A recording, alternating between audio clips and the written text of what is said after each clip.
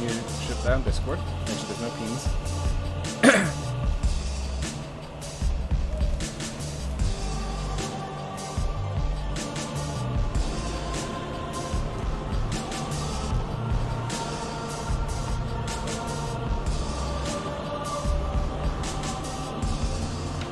Hey everyone, welcome back to more Rogue Legacy 2.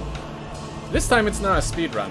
This time it's just, so to explain, there are some things I need to do before I can release those speedrun videos to the world. Like, there's a few things I need to do before I stop playing this patch. I think it's just going to be faster if I do it through here instead of through, instead of trying to do it through my speedruns. I think the information is better here. Alright. Also, while I'm here, I realize one of the things that I need to do is I need to figure out what other runes have been added. Because we have this shearing rune, which increases magic break duration, and just like, I don't know, it seems pretty potent. But for now, one of the things is because I'm looking for those magic chests, it's actually better if I just remove these burdens. If I just go to New Game Plus 0, where it is a lot easier. So in New Game Plus 0, it is going to be a lot easier for me to actually pull off these, to get all the magic chests I want to do. How's it going, Lambo Droid? Glad to have you here. Glad to have you here. Ooh, and you're here early. But yeah, today I'm not doing a speed run. I just need to find certain things, so I'm going to be doing that in New Game Plus 0 since it's going to be easier in here. Gosh. Wow, they don't die in one hit. Impressive. Alright, so we're just looking for any fairy chests, really. We'll grab the treasure chests because they're in my way, but that's really it.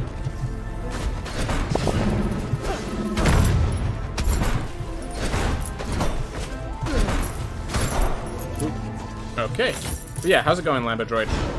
The reason I want... So, the question of the day is literally just... I want to start doing a thing where on Fridays... Got fairy chest, gotta focus. Alright. Alright, so we have all the fairy chests we can get in this area. So, it looks like we have to... Over to the next area. Just playing some Final Fantasy 14. Alright, is that a game that I should be playing on stream? Because I have that installed. I know my brother saying that we were going to possibly play it together, so you know that might actually be a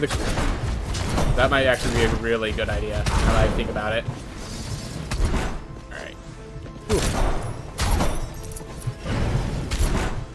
Alright, there's a lot of rooms here, but I think I just head this way.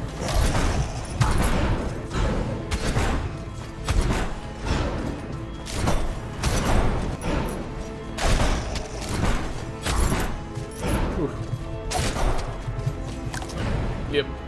It's kind of weird because if you think about it, I'm not actually at the level that I would need to be for most of these things, but because I'm like so used to being at a much lower level, everything seems like on easy mode right now. Oop.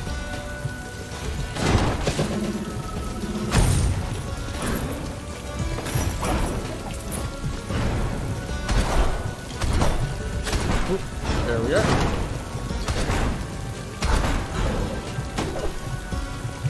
Alright. So Lambo Droid, I believe you were the one that said that you play Monk in Final Fantasy 14? I'm just curious how that's been feeling. Like, wondering what level you are, that sort of stuff. Is there like a... I know that your build is kind of based off of your equipment.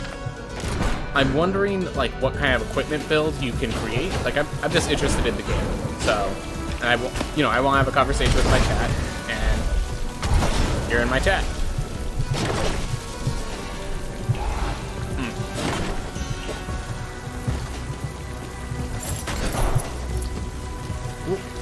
All right.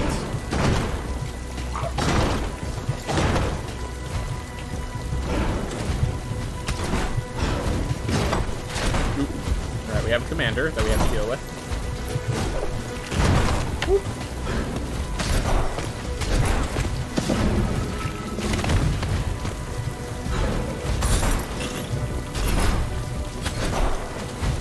Go. Ooh, I would love to see you play through a Zelda game. Ooh, I hear the Skyward Sword remake came out like recently. That might be worth. Otherwise, I never played the Master Quest version of Breath of the Wild, and I feel like that's something that like falls into my style of play. So that might be good. But then again, I have played through Breath of the Wild, so Zelda games are always worth. Yep. I'm trying to think if there's like a Zelda game that I'd be down to like learn a speedrun for. I just feel like, I mean, I'm gonna have to. The problem is there's so many tricks versus what I'm used to learning. Like, you know, Celeste is just kind of follow the game. It will teach you to speedrun itself. Rogue Legacy 2, a lot of it is just mastering the mechanics that you know exist instead of, you know.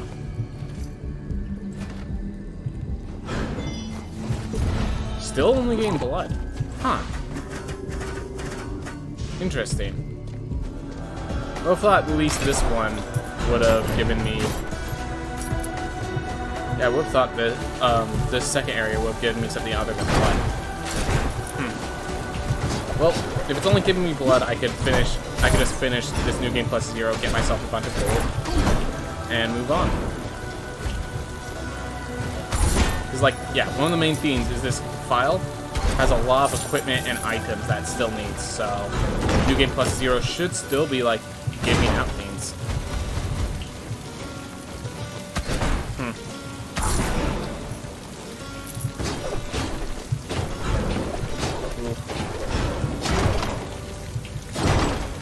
So let's see. Love Monk, it's a decently fast-paced because of one of its passives. Oh, so it has like a passive that speeds itself up. That's interesting. Ooh. You got some ninja, that's awesome. Try to do a couple more MSQs, which I think is some sort of quest.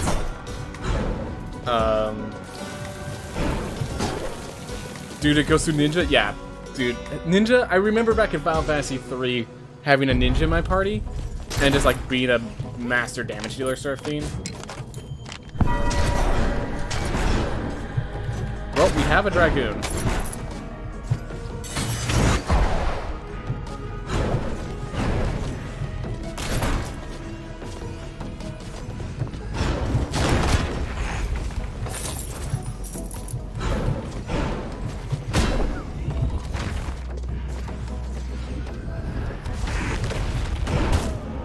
We had two... Okay, so that was my fault mostly. But we also had two elites right off the bat, which don't really help you. Alright. I'm actually looking for gold gain, but none of them have gold gain. So we'll just go with Assassin's since it's level 2 compared to the other dude. Main story quest, thank you. Thank you for answering for me. You take reduced damage while dashing. I like that, because dashing is now super crits, or now skill crits. So having it just reduce damage is probably the better way of doing it. Ooh. Alright. Let's gain everything all cleaned up. There are some things I want to check. So... Dexterity save. So here's the theme. Do I enjoy skill crits? Yes. Is the early game easier? Is it too easy? I don't think the dexterity change is really what changes that. Is the late game harder? Is it too hard? Is dex focus still feel valuable? So this is my big theme, that like dexterity feels more valuable, focus feels less valuable as of right now. And even then, they don't feel comparable to strength or intelligence in any way. It's a big issue. Does leveling feel better if you borrow Verno's save? Is leveling too easy now? I don't know. I don't really have an answer for the XP change one. Does equipment feel weight feel more important after the balance? Yes. I will state that before the balance, I was... Well, then again, I haven't done too many equip ups. And apparently, does armor feel better? Armor is bugged, so armor doesn't even work, so we can't even really answer that question. Alright.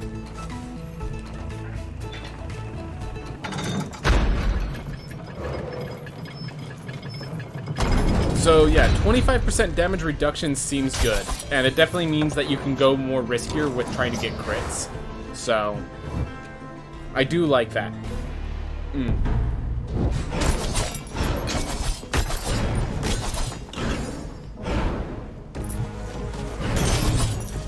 Alright.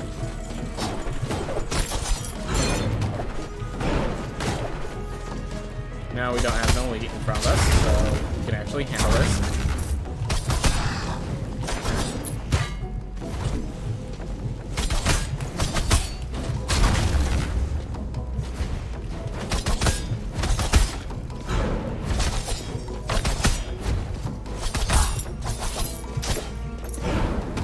Ooh. Alright. So we're looking for fairy chests.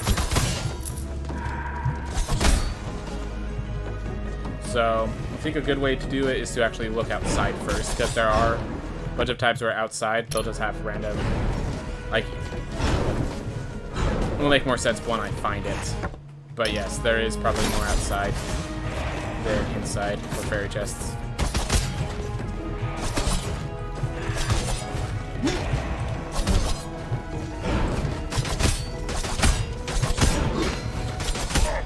Here.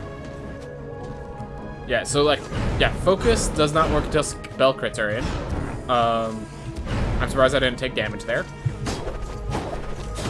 But, so focus doesn't work until spell crits are in.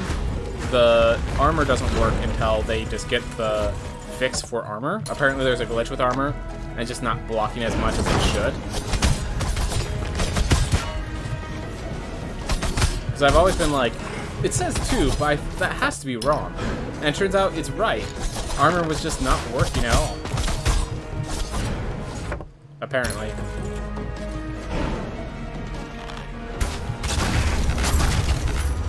Whew.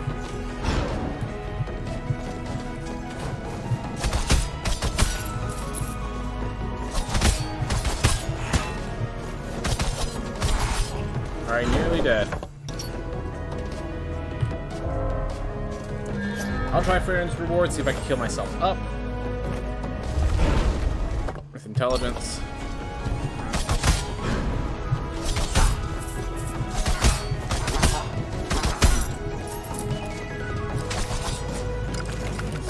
Yep, just checking those guys now.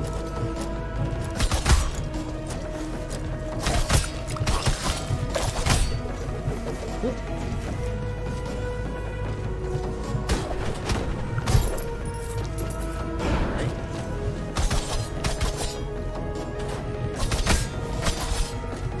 Going, we gain 22 HP whenever we pick up a chest, which isn't much, but will add up. And we have an elite up here, so be ready. I tried to go invisible, but I didn't, like, I pressed it before I came out of the teleporter, so it didn't trigger. Oh well.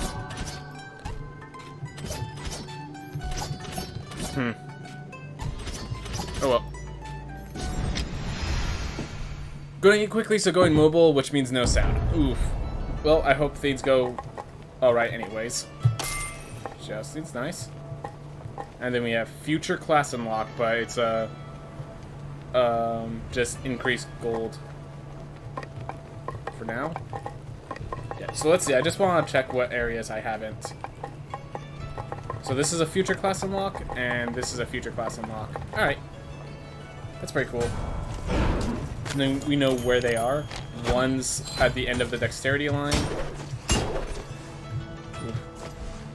But yeah, so what I'm trying to do is I'm looking for fairy chests, because like one of the big issues is I want to see all the different runes they added, but in the areas I was going, I kept finding blood. So I'm trying to go to the Sun Tower, because even though I'm not, like, Sun Tower is the most dangerous area, even in New Game Plus Zero, like, it should have more chests. I mean, well, it's not that it should have more chests, it's that the chests should be worth, like, they should actually be giving me runes. And right now they're not. Not yet. Oof.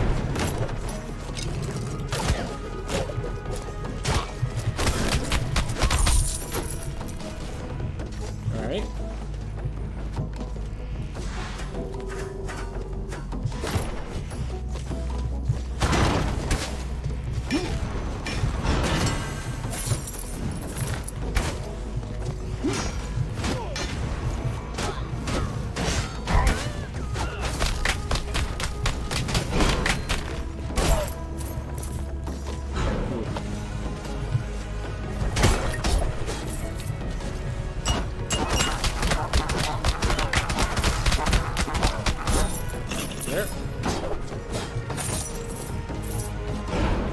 Awesome, got both chests.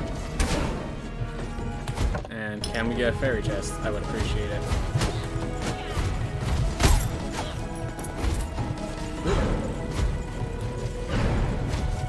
Alright.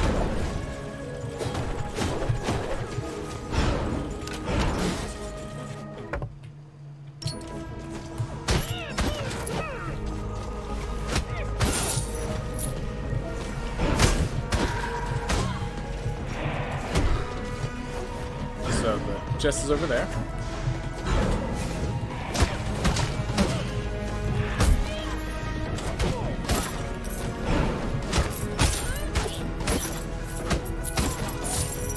I really like how they have the aura effect now. Alright, here's a fairy chest. Oh, this one's easy because I have the shock. Never mind.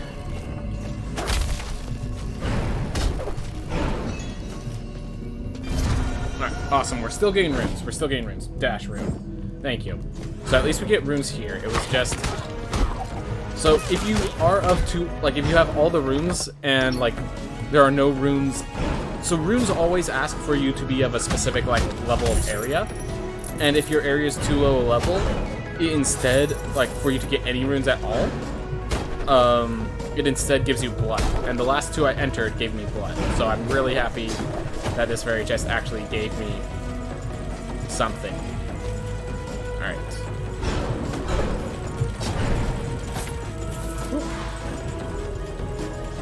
Okay, money along the way.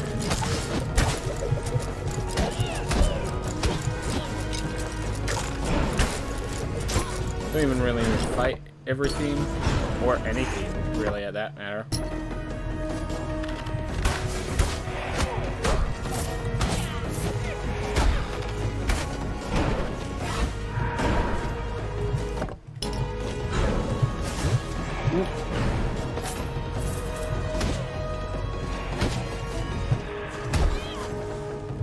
Oh.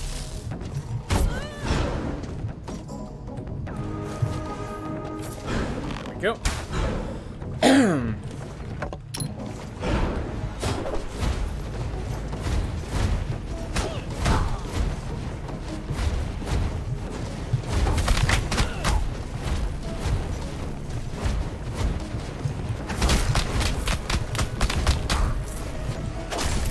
Oop, missed. Alright, that's okay. So we found one fairy chest, but honestly, one fairy chest is a success in my mind, given the circumstances. Given that we're just trying to find as many as possible, and we found very little, one fairy chest is a success in my mind. Wait. There's a door over there. Alright. Usually it will tell me if this is a fairy chest room, but it didn't. Alright. Not really interested in either. Spore burst is pretty nice. Alright.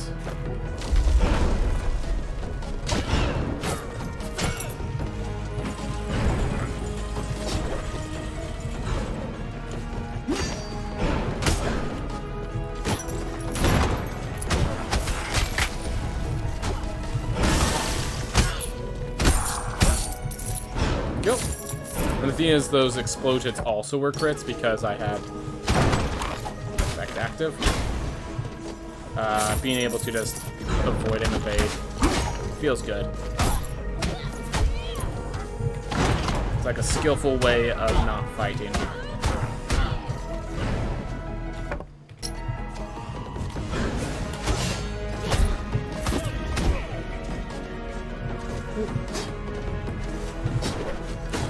Go. Just keep it moving.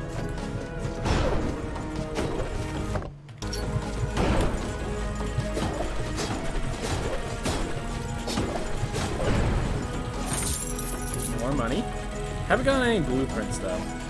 And I know for a fact there is more blueprints to get because I've gotten like parts of sets that the full set hasn't been unlocked yet here. Well, it will come. It will come. Don't want that spin. I'd rather have just raw power over the cool maneuver, and we already have Spore Burst.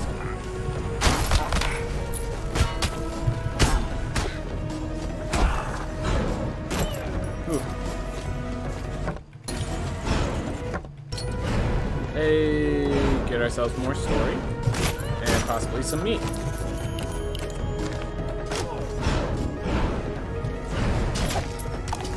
Hey, one meat is meat. Not much, but it's meat.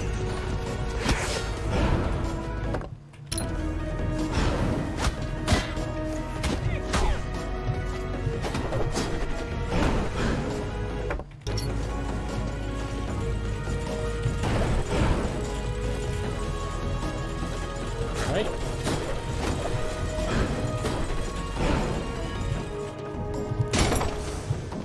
Got an apple to heal ourselves up. At least we got that.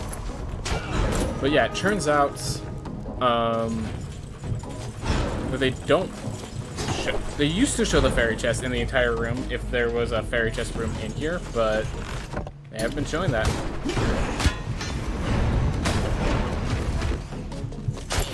Alright. Alright, well, we found the top.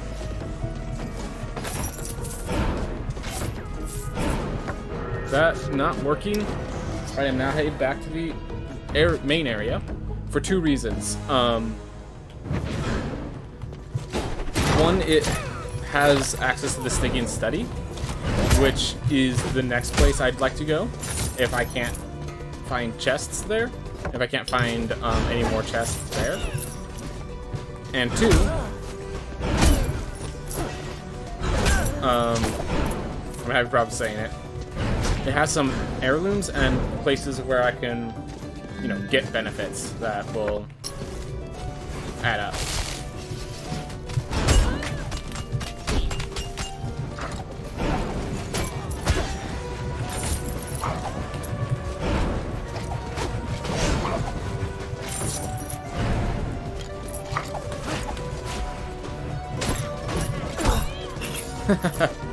Explosion radius.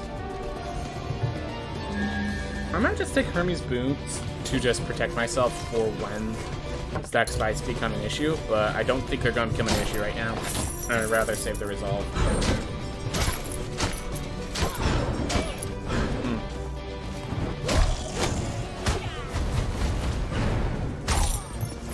Alright.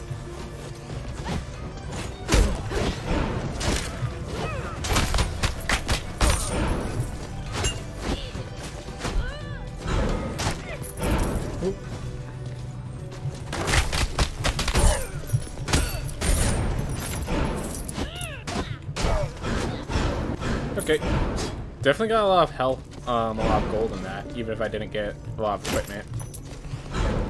Ooh.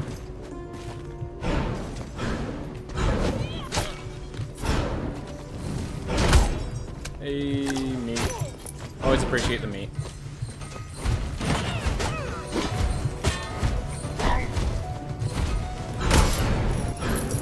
But like, you saw how that blocked 2 damage. That's what I mean by it's glitched. Like, instead of blocking I think it's instead of blocking 40%, or like max, it's blocking 4%. And as you can guess, the difference between 40 and 4 is quite significant. Yeah, it's making armor not exactly right. So it's near the line.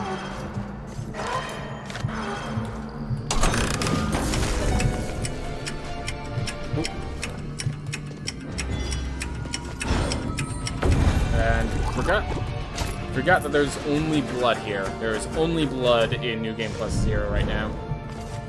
So we need to go up, and apparently the way up is first down.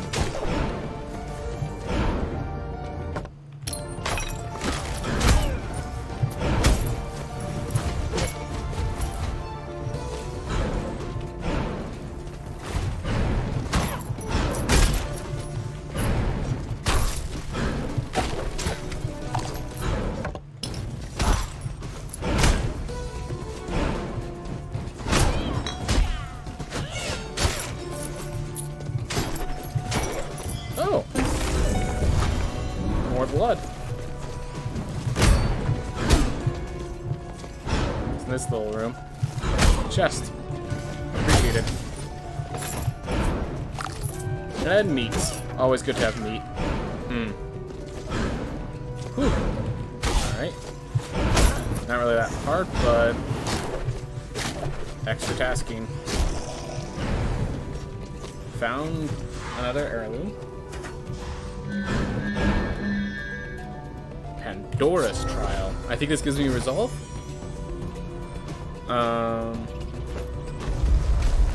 Yep, gives me 50 resolve and only asks for 10 enemies killed.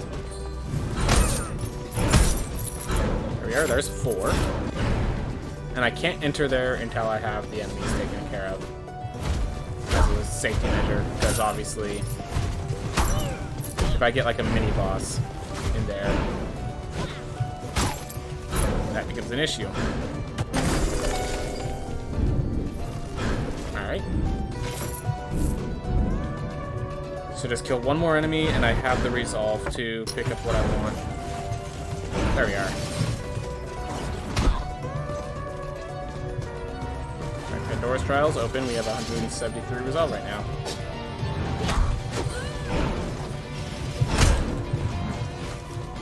Silver chest. And we found what we were looking for. Ended well in the end. What do you think of us combative for a... What do you think of combative for a level 2 run? Oh, so if you kill yourself and get combative, what do you think of that? That is a different way to get it. Combative and bookish are both great traits to get. I think, like, if you get it, you take it. I don't think it's better than Cartographer, but it's definitely a very good one. One of the main issues is it's very much something you have to be very confident in your moves, because you're going to be at 100 health. That means that you will get one-shot by enemies. Like, and I don't mean like at the end game. Like, you will, before you make it to the end game, there will be enemies that one-shot you because of the reduced health. And yes, as long as you have a good spell, Bookish can do the same thing.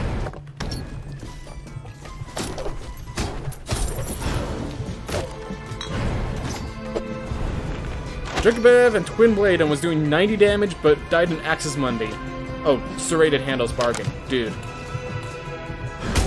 Yeah. That sounds like a good way to just deal all the damage. Because, yeah. But, of course, that means you have effective 50 health. I'm pretty sure in Axis Mundi there are enemies that just straight out deal 50 damage of health. So it looks like we still get blueprints here, so that's good. It was just first 2 areas that were a problem.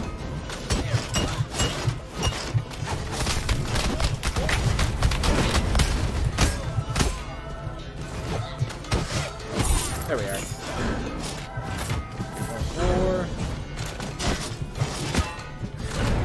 Trying to stay above while it bounced away, and instead it bounced back.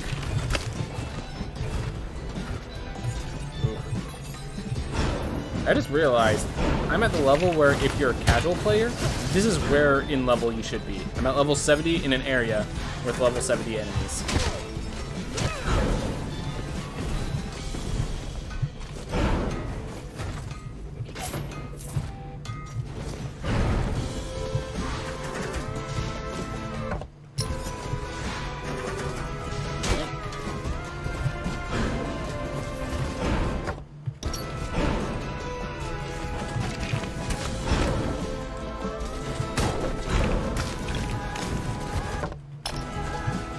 At this point, I'm trying to look for fairy chests. Or healing. Healing helps. And I have enough resolve thanks to Pandora's Bargain. So, keep moving. Yeah, empty vessel sounds like what I would want right now. Which is increased raw damage.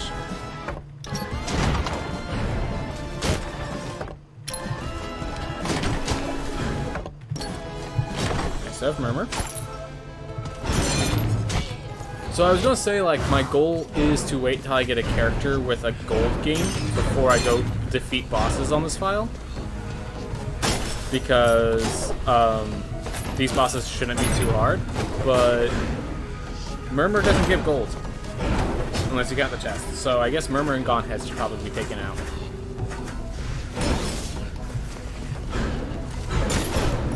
Ooh. That being said, I will still stop by these chests in case they have something, like so. Scholar weapon level 1, something.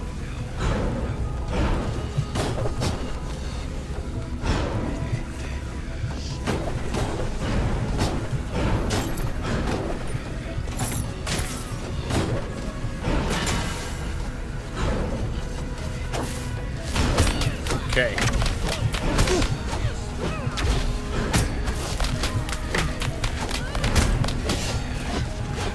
Glad to have you back, Lambo Droid. Glad to have you back. How was this food? Tasted good. Went well. We found that, we are trying to figure out, I think I haven't found it yet, but any fairy chest rooms, but we're gonna try to, was a good stew, tasted amazing. Glad to hear, glad to hear. So we haven't found any fairy chests in the Stygian Study. We know that we can still get good items over in, why can't I think of its name? Over in the Sun Tower. So we're just trying to figure out what's the lowest level place that still gives us items from fairy chests. So yeah, Stygian Study is next. We're not going to be checking the Guam Plateau just yet because, how do I say this?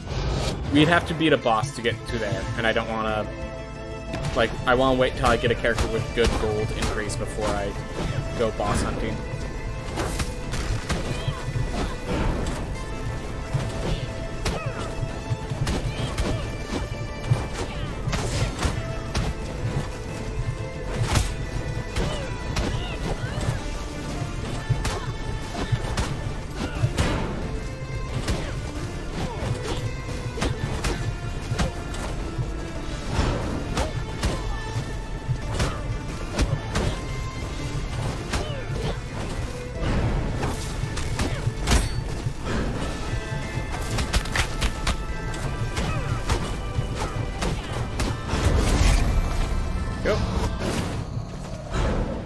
Ooh, I hate this mini-boss. Yeah, I think they did a good job of making the moves random enough that this mini-boss is actually hard, which is impressive.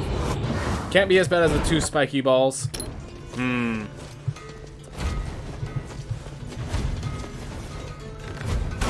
see, can it be as bad?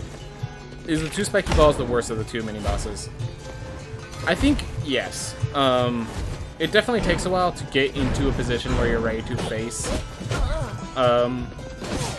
Like, the problem with Blightborn Furcus is, like, once you learn how they move, you can definitely maneuver around it. It's just, like, if you don't play them very often, because, you know, you're speedrunning instead of actually fighting mini-bosses.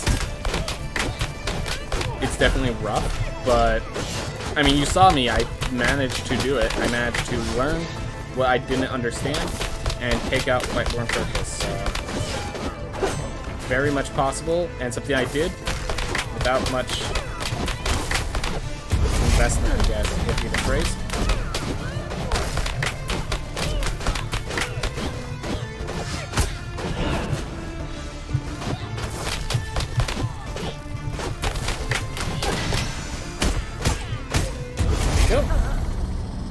Ooh. Yeah, persons, the 2 spiky balls is the worst. Yep. I think we're all in agreement there. Because it's just like...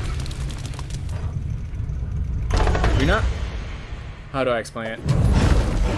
With any boss that you have to maneuver around, and then it itself is not affected too much by your attacks, like it doesn't... Anything where movement is pivotal and it's not affected by knockback, the faster the thing moves, the harder it is to deal with the issue.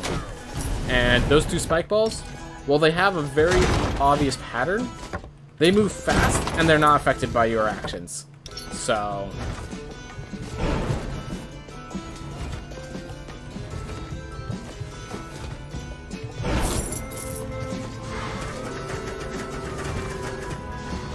they're not as easy to manipulate into a favorable position.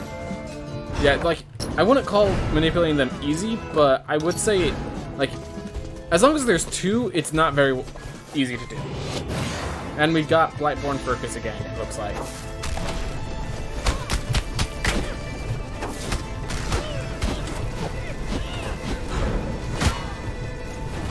Really on my part.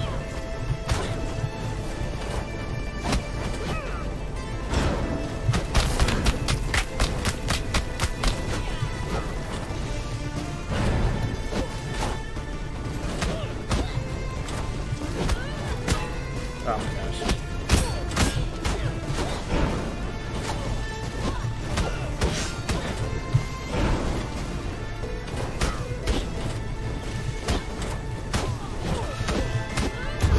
Lightborn Focus, or Astarte, apparently. Okay. So this was Astarte, not Focus. Why do I keep calling them Focus? Focus, I think, is the other 2 that have, like, that just sit in the corner, kind of being... Yeah. The 2 that, as long as you have a fast attack speed character, are super easy. But you need a fast attack speed character. Those 2 are what Focus is. That's a Sparte. So Sparte there is the hard one. And, like, well, it's not the hardest one. You can figure it out, but until you figure it out, it's like, it's annoying almost, because it does, like, it doesn't seem to fall, like, it follows you in a kind of sense, but never, like, does one for one what you expect it to do.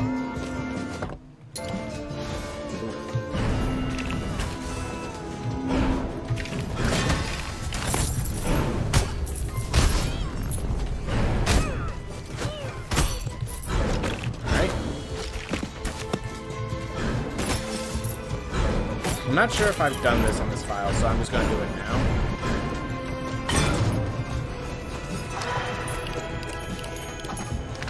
Okay, I already did it. Right, I think I did all of them and then I switched over. Yeah, I remember now.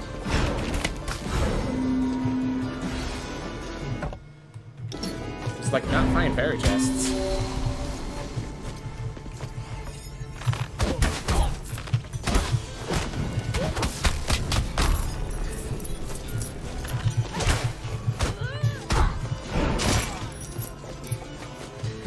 Alright, found Enoch.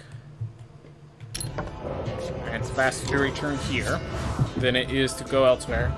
But yeah, I'm just looking for fairy chests. And found a lot of non-fairy chests. We found good money. Thank you. There we are. Alright, so we can't find things in the stinging study. That's good. Alright, increases your weapon's critical strike damage. Alright, so just raw crit damage. Okay. Alright, that's actually really good to know that they have one that just does raw crit damage.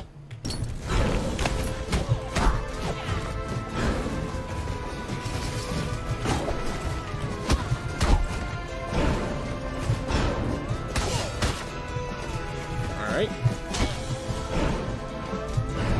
Now this guy.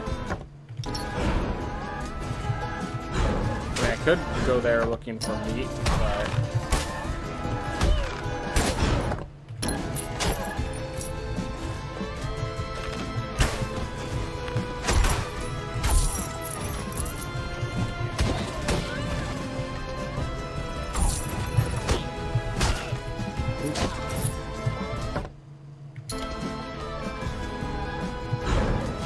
I feel like there has to be something here that's not showing. I'm looking for like break the walls. Right, so we went through a Stygian study and found one fairy test, confirming that the study is worth our time, but also confirming that there's only so many fairy chests you'll find. And that's my main issue, of not finding enough fairy chests.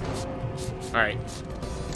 Again, I don't want to fight the bosses. I want to save the bosses for a character that has better gold game. So, we're instead heading here. We're going to see if, on the right side, if there are better fairy chests. And then we'll go to the Kirkwell Plateau with this light.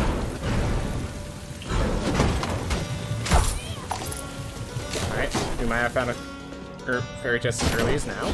That would be great. Oh well. Alright. Well, we just keep it moving. We got a nice little... Ooh. And meat's highly appreciated.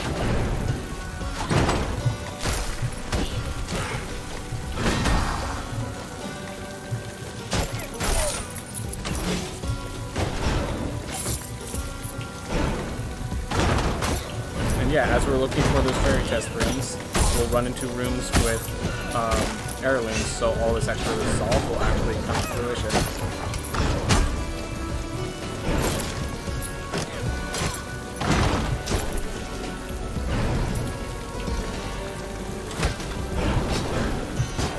Alright.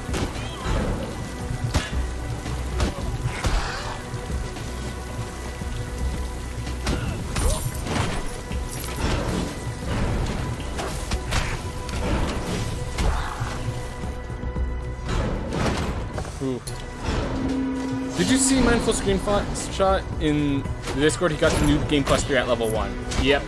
I have not seen it, but I believe it. Yep, sounds like something Mindful would do.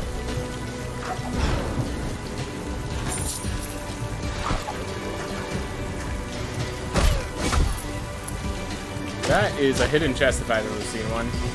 There's like everything blocked by the cogs there. Yeah, he does crazy stuff like that. That's why I'm like, when people say, oh, you're like speedrunning against each other, it's like so cool. I'm like, I honestly don't know how I'm getting close to his times. Like, he's shown that he's dedicated in a way that I'm just like not interested in doing. So.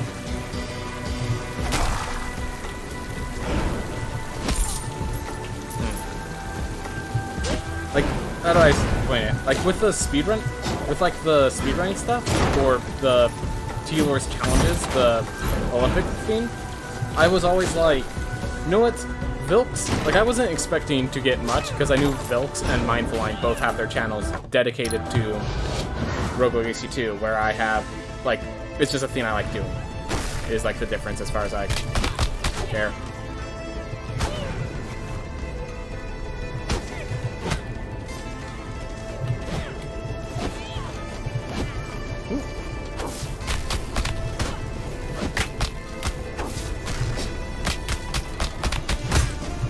Kill one.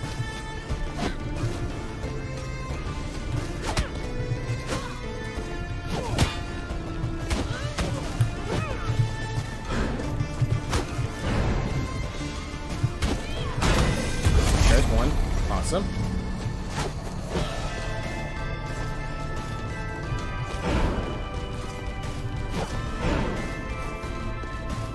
Right, there we go.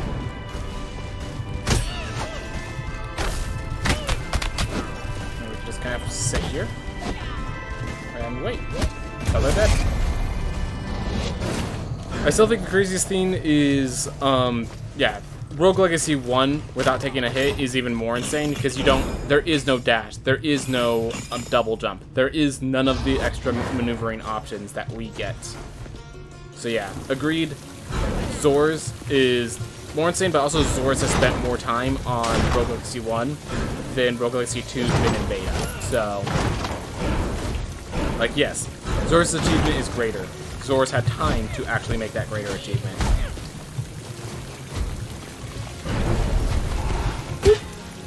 Oh well.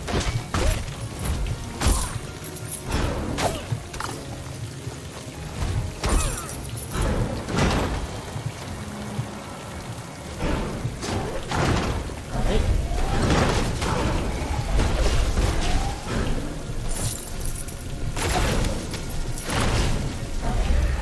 Awesome. Meat. Alright.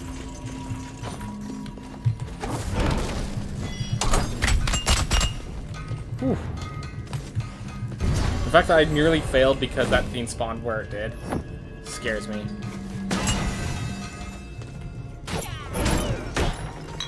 Ooh. Alright.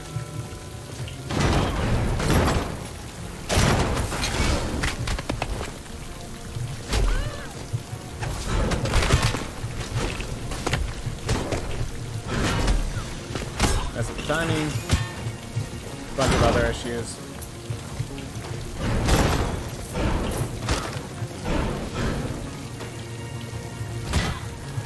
Great.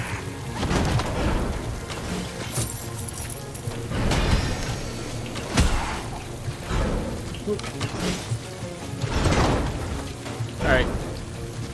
Let's go kill this boss. So the reason I'm killing this boss and not the others is this boss actually prevents me from going into Kirgwallen Plateau. So this one's worth killing. Now.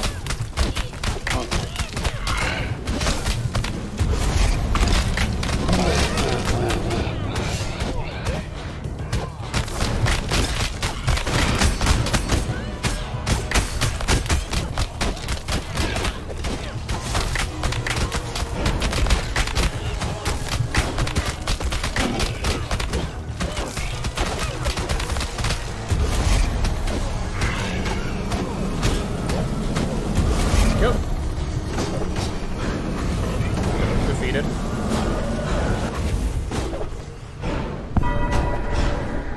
We have some good relics. And we're aiming to grab the lilies, I guess. I guess I don't really need to grab the lilies. I don't really get anything from it. Debating. Alright. Well, either way, let's keep moving.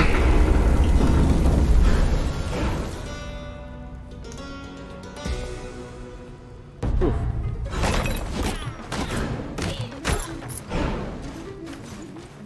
Yep. I got you. Like they have the pizza eating animation for her just chilling at these locations. I didn't even realize that. Alright. So now if we can get new runes from fairy chests here, then we're in a good spot. Then we're in a real good spot.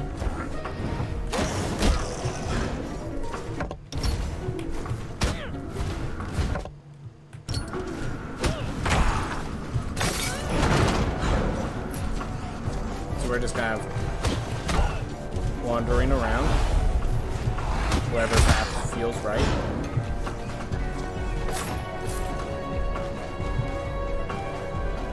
And hopefully we run into it. There should be at least one fairy chest, is my guess.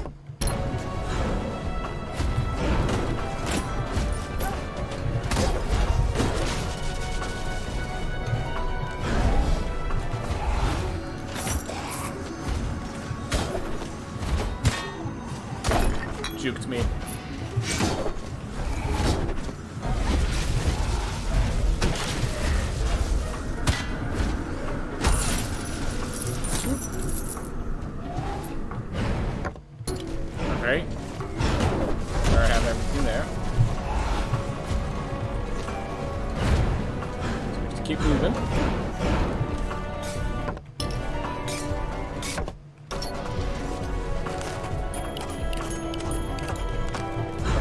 Alright, so we have one more of those read-alongs to do.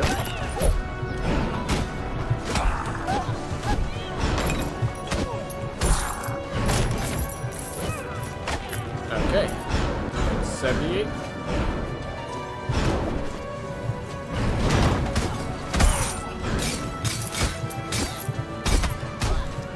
Maybe I should be doing the bosses with this character. I mean, it's saving me time exploring. But then again, I want to come back here once. Like, in the places where I do not have the...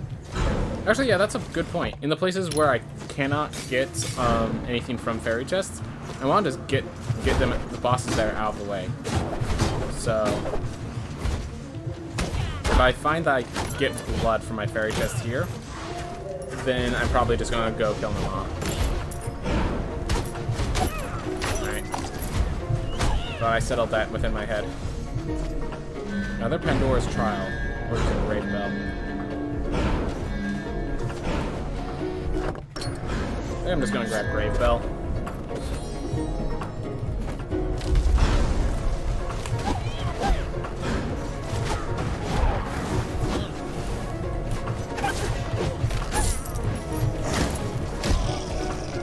Oh, didn't even realize the wall was just spiked all the way across. Ooh. Found a Lily, but no point. Oh, Lily. Goodbye, Lily. Alright. Path here.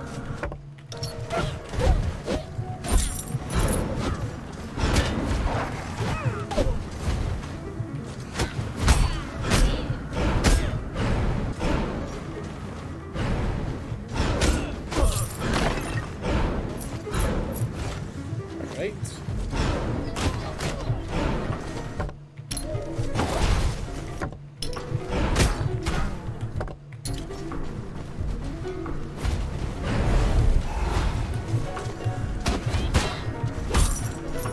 Standing there. Nothing there. Alright, heading back. Because yeah, again, like, my goal is fairy chests. I'm grabbing the regular chests because they're in my way, and it's good, and it's experience and all that, but at the end of the day, I'm here for fairy chests. If it ain't getting me to fairy chests, it's wasting my time. Cut them up. Grab these chests. Alright.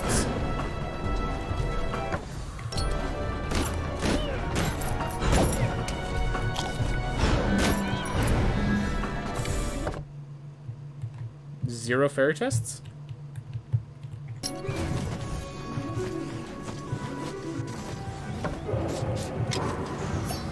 I was gonna say, don't I have 2 lilies still to find? I only found 1, as far as I remember. Guess they're all down and to the left here.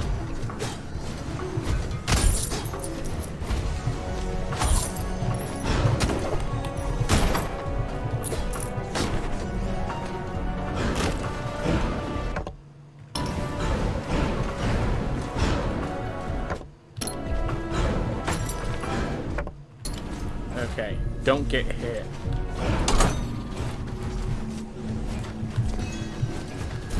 Okay, so we can still get heirlooms here. Okay, bounty room. Okay, cool. So we can still get we can still get relics, or yeah, we can still get relics in places that aren't the first 2 areas. That's good to know.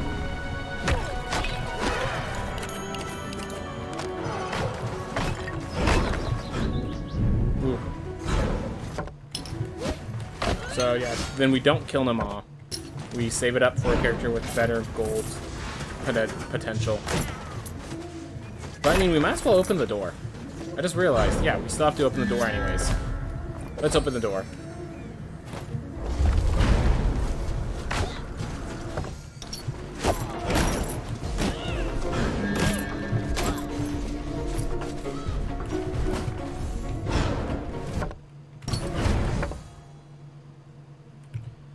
anywhere left?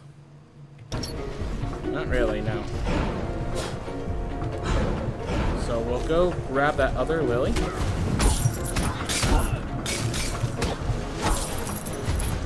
And from that lily, we'll just head to a teleportation point. So we can teleport over to Nama, open the door. And then do I just retire the hero? I'm thinking, is retiring this hero worth? They've gotten a lot of money for us, but they've also, like, filled their potentiality. Whew. Let's see.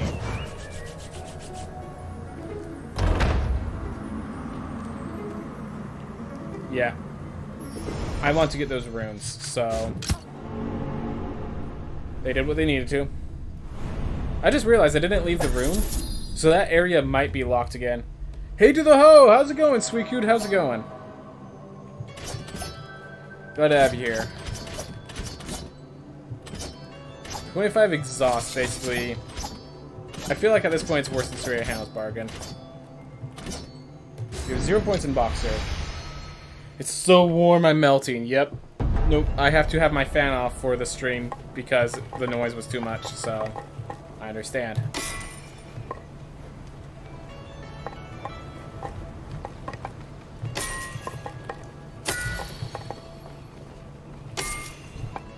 The Dicer's Den increases chance of random weapon crits. Adds a chance for skill crits to become super crits. Okay. So, Dicer's Den. Prove intelligence scaling from meat.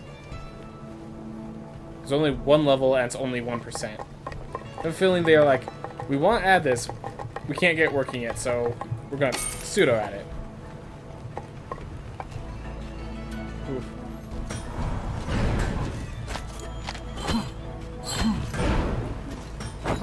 See if there's anything here worth... Alright. Increase your weapon's critical strike damage by 10%. Awesome.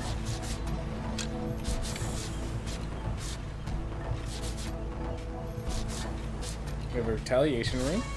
Double magnesis, lifesteal.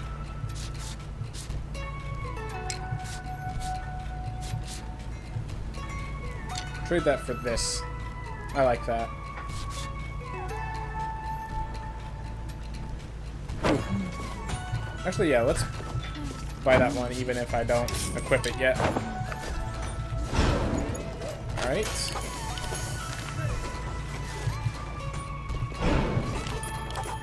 gain everything taken care of. So now, in case you were wondering, Suikud, what I am doing is I'm trying to figure out all of these runes that I'm missing, because there's now this shearing rune, there's now this might rune. I'm wondering if there's one for intelligence as well. I just want to make sure I have all the precise runes, because I haven't really completed the castle. So I'm doing that now. That's what I am doing right now, So this is not a speed run. We don't really need You can have a character starting with heavy stone. Don't think I've ever seen that. Yep. Did not know that either. Now I do. Let's start with Kirkwell Plateau, because it's the safest. Speedrun finishing the castle. Do it, man.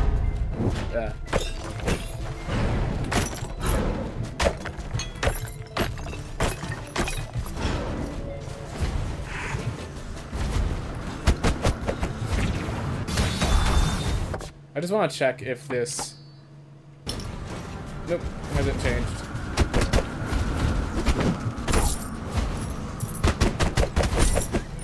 So I think just one thing that might make the Boxer feel better is make this uppercut also continue your KO, because what happens is that you uppercut and then you lose all your KO stats.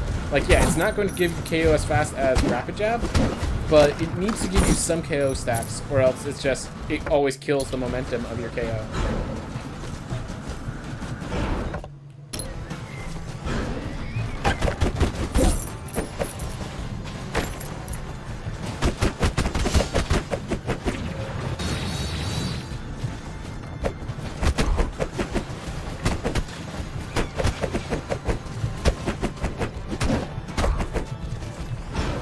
Ooh. What do I need to do to acquire those rooms? I just need to find these. All I need to do is find these fairy chest rooms, complete the challenges, and this is how I get them. So now I've got Soul Steel room, which now scales with focus as the new change. So I'm a-okay with focus being the theme for Soul Steel. Lifesteal, however, maybe it's just me, but that feels really weird. So I've never technically taken IVC. Let's see if they've improved it. Nope. Still garbage. And was very expensive. At 20 resolve. Door is still unlocked. Hey, that's a good point. Even though I died before leaving the room, because I entered the room like that, I guess it stayed unlocked. I'm like, well, it's staying still. Because I was charging an attack. And my gosh, was I not prepared for that attack.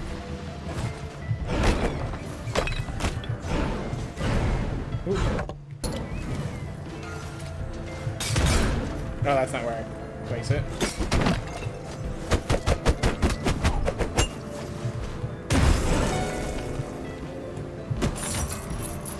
Ooh.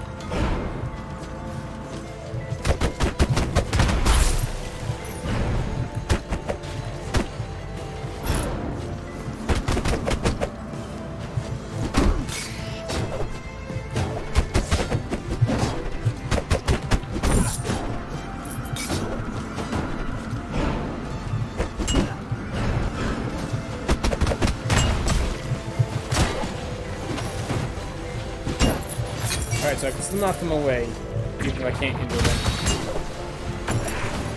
You know what? I'm just not dealing with that. I need to actually find the fairy chests, so just keep moving. Weird mushrooms. I don't think this character has problems with AoE kill. Let's go with this one. That's some heavy hitting air for your fists. More closer to monk. Yep. Like, I mean, that's kind of what it is. There's no monk class in this game, so this is the monk class.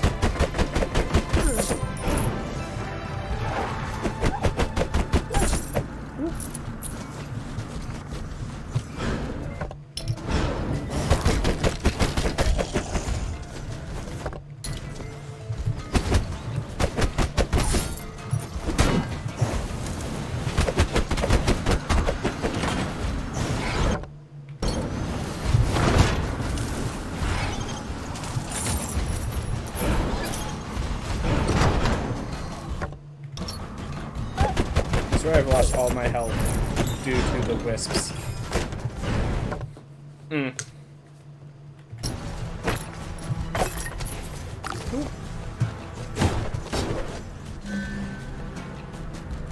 Cost me all my health to get some meat.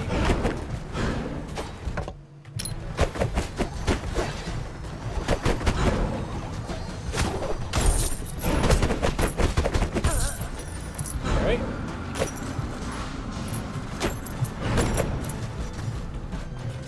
Whew. Found them all again. Looks like those beautiful open doors. Yes, beautiful. Alright. Continue looking for fairy chests. Yeah, I think one of the problems with the pugilist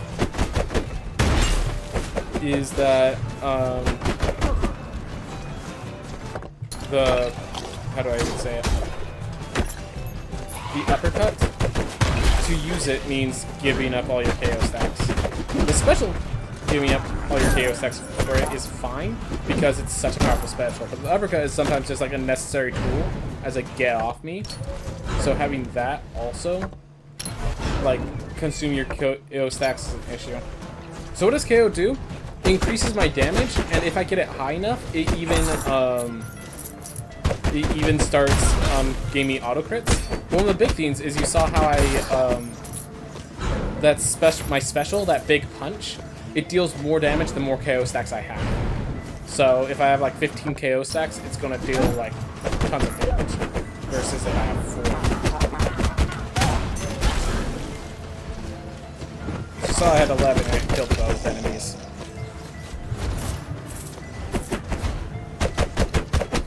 Is there a max? Max is 30. So, generally speaking, you're not going to hit it unless you're in like a boss fight. But in those boss fights, those 30 stacks feel good.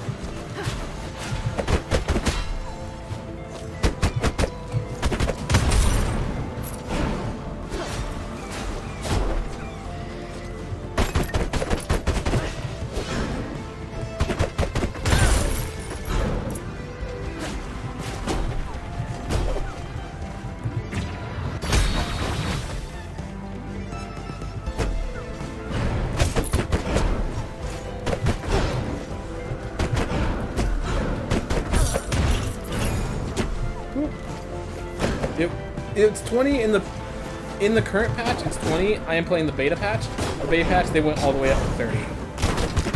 So I think each stack means less, so it's still the same effective at the end. But now the max is 30 instead of 20. It's the same damage effectively, though, as far as I understand. All right.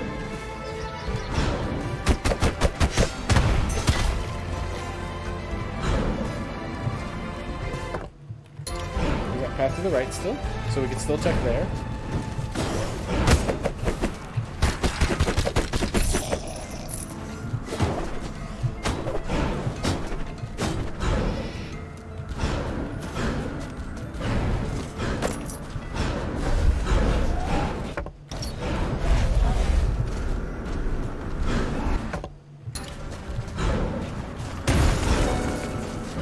Ooh, remember when it was 100? I actually did not play it. Like, I know that there was a point where it was like that. I did not play during that patch. One last round. It's over by number 1. Then, once we check out that area, we then head to the Stygian Study, do this again. Once we finish that area, we head to the tower, do this again. And then we retire the hero because the starting areas do not count. Because we're too high level for it.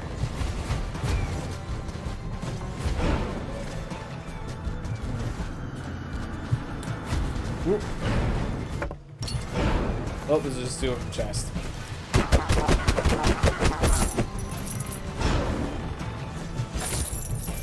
Alright, let's return to main menu. And we're going from main menu to teleport over to the Stygian Study. Makes it easier, makes it safer. Alright, we have a Coleus shell. We now have confirmed that the Ivy Seed is bad.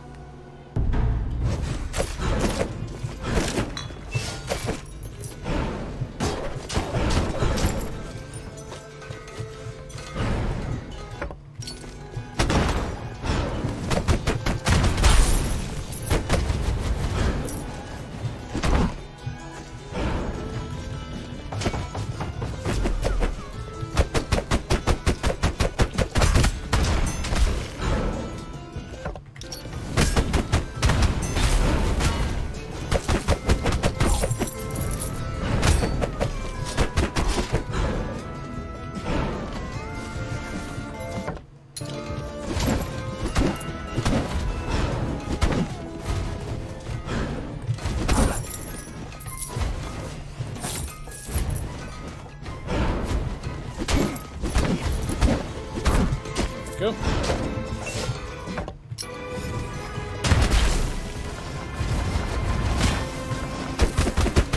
So that destroys projectiles, as you saw. I just didn't. I apparently didn't destroy them fast enough because I destroyed the projectiles, but I still got hit by it.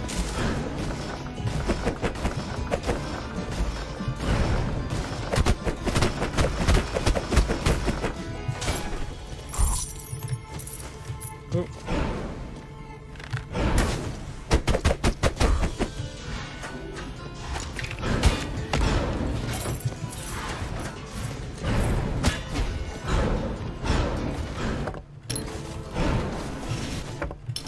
Ooh.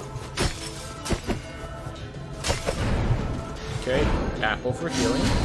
Glad to have ya.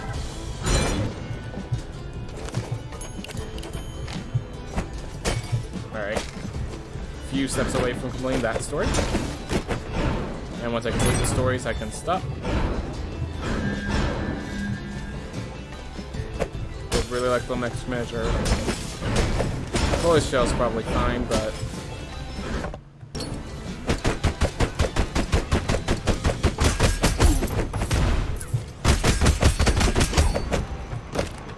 no, this is just some chests.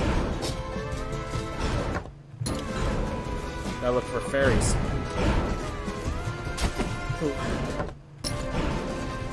Alright.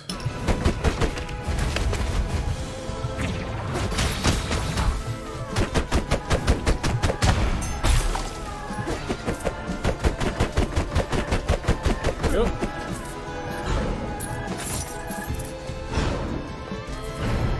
But yeah, boxers are really bad against bosses because you can't.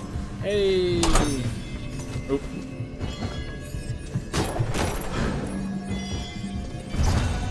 They're bad against bosses because that special attack doesn't actually cause them. Their special talent doesn't actually knock bosses back. So what happens is you're just like frozen in place while attacking. The attacks don't deal much damage, and the special that's supposed to make up for all of that doesn't really work.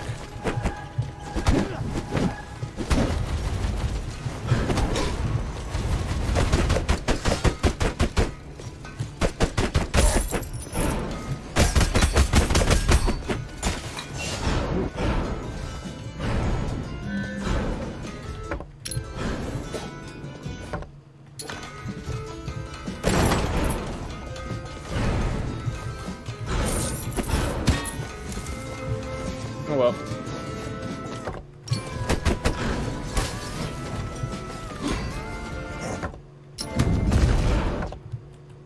So that there. Obviously I like to kill rather than run away, but it will make sense at the moment.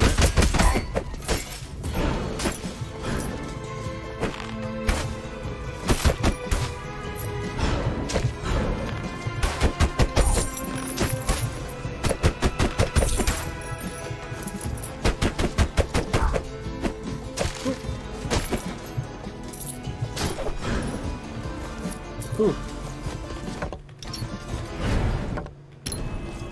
Here we are. Another challenge.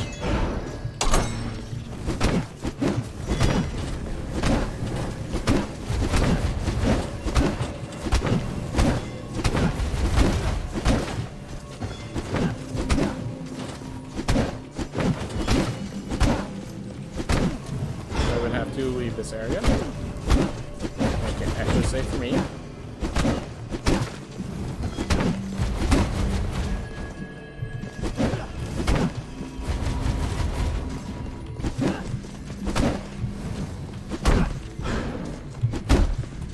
Go! Defeat all enemies. Okay. Sometimes you just get blood, I guess. Ooh. Cheese? Yes. But good cheese. Good cheese. Whenever you cheese the enemies, it's strategy. Whenever the enemies cheese you, it's the system failing. So that's the general rule of a lot of games.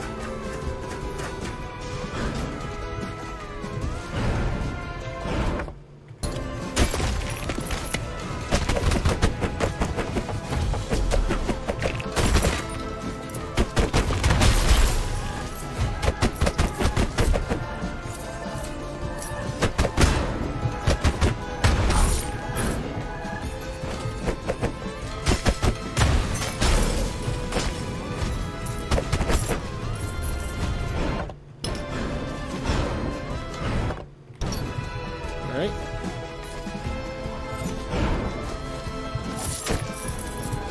We got to 7,000. We are getting more gold. Though while these lives take longer, we are getting more gold each life, which feels good. Feels like success.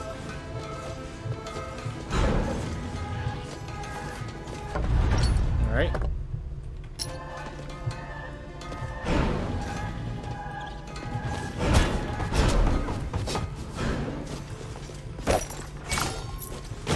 Go.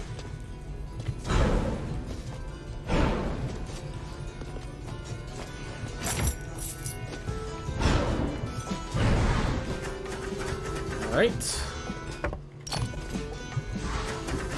You know what? Give myself a charge. Why not?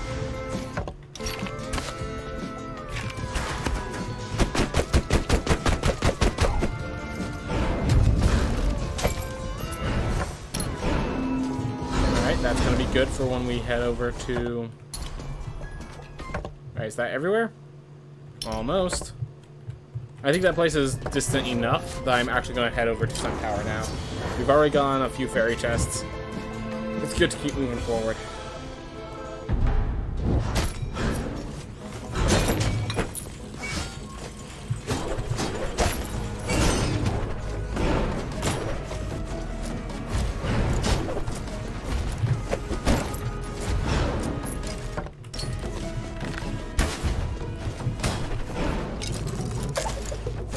So this is my best shot, because not only is this a higher level area, there's areas of here that are always question mark rooms. And question mark rooms, fairy chests take the place of question mark rooms, so...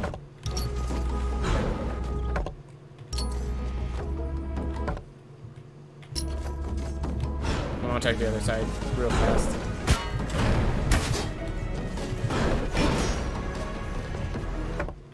Yep. Look at that. Fairy chest.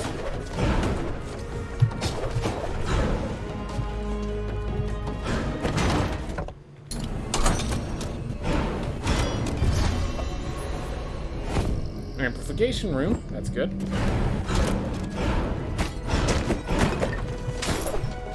Okay.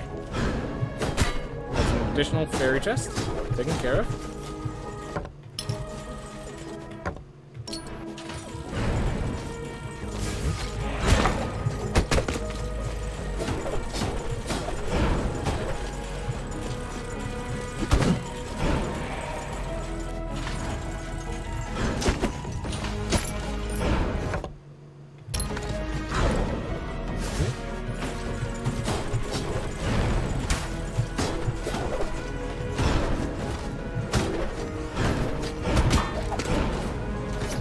There we go, now we get some equipment. Scholar chest 1 still. Yeah, I feel like we're lacking in equipment a bit. Wait. Alright. I'm not going to complain, I made it.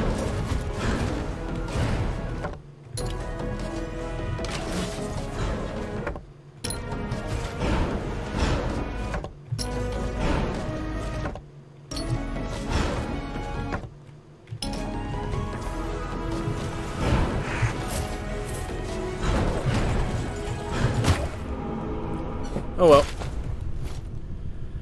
Just keep things going. Vitality +2. Very much appreciated, Sir Marshal. Very much appreciated. Alright.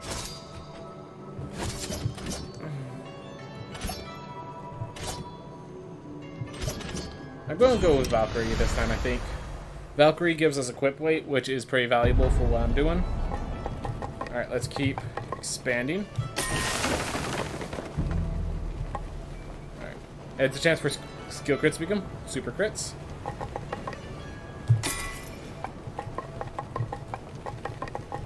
Alright. So we still have the Institute of Gastronomy, the Quantum Observatory, and Court of the Wise to grab.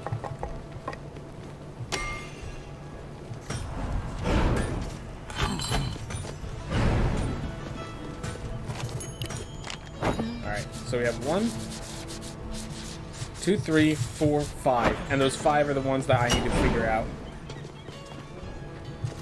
Wait, rank 1 of 45 and rank 1 costs like 5,000? Yeah, there's a few that are a bit absurd. Let's see. Which one is 45?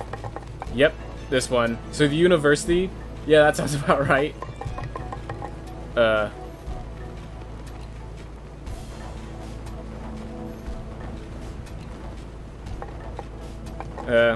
Have fun farming that, exactly. It's to make sure you still have something you can farm, basically. So, Career Center. This used to be Adoption Center, which was actually a lot funnier when you realize it's in like a cave sort of theme. So, yeah, I do want to get the rest of those runes because the stuff all gives rune scaling. So I want to get the rest of the runes before I declare what I think about dexterity. Because I have my opinions, but I want to wait. I want to wait just a little bit. So I have 5 more runes to grab. 6, I think.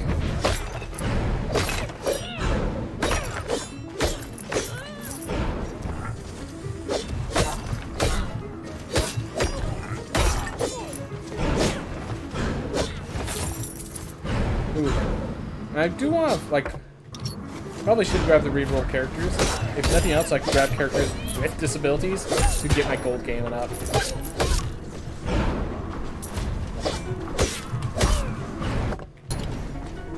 Ooh.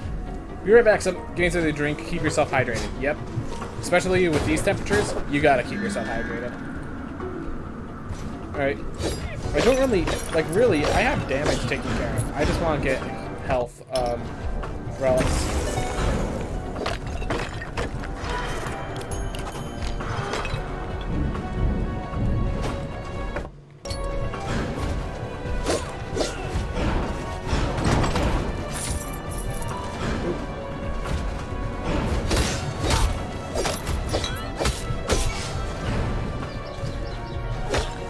You know what?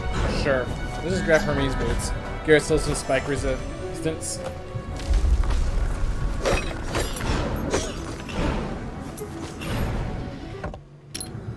Not yet.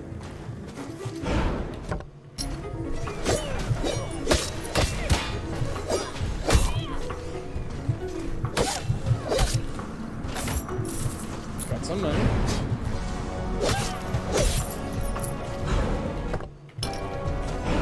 I feel like I should be getting more equipment than I'm getting as well.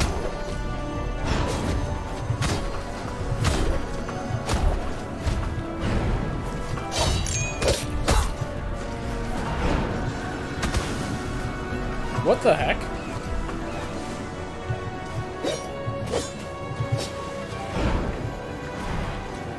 Alright. Bring that up. That's a glitch. Flame barrier on snow. Flame barrier on snow causes a glitch, apparently.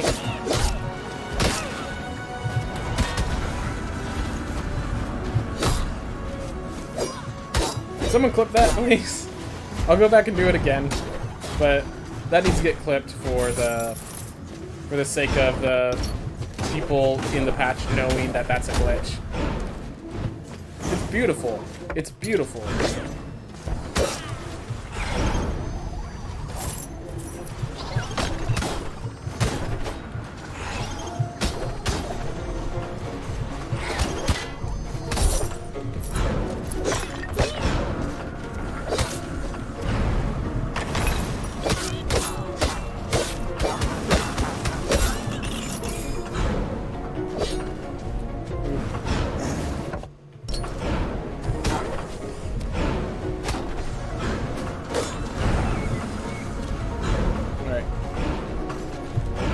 Alright, gotta get myself some apple juice. Dude, delicious. Glad to hear you're getting quality stuff, man. Making sure that's complete. It is.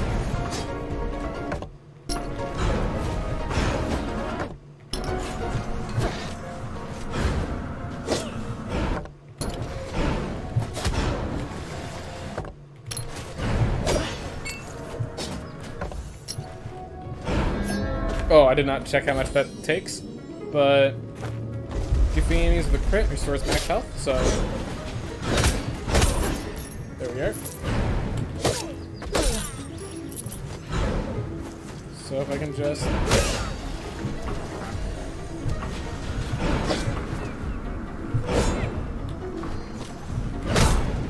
here.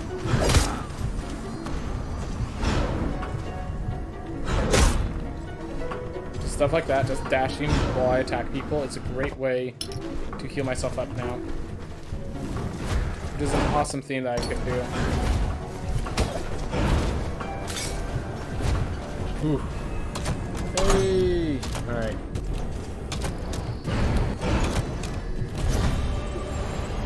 I think the link got censored too. Don't worry. So what happens is when I go to highlight my channel later on, I will be able to see where all of you guys clipped things. So I'll just be able to see a little highlight that says someone clipped here. So I can just click on that and clip it myself. And you could also just post if you have access to the... I'm assuming most people don't have access to the beta branch board, but if you did, you could just post the link in there.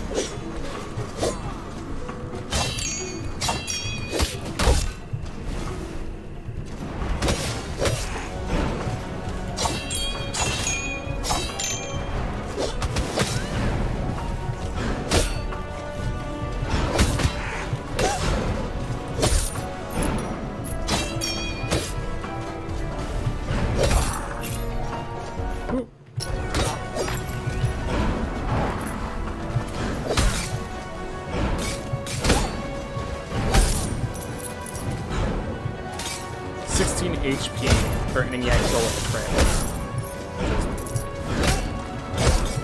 Not negligible.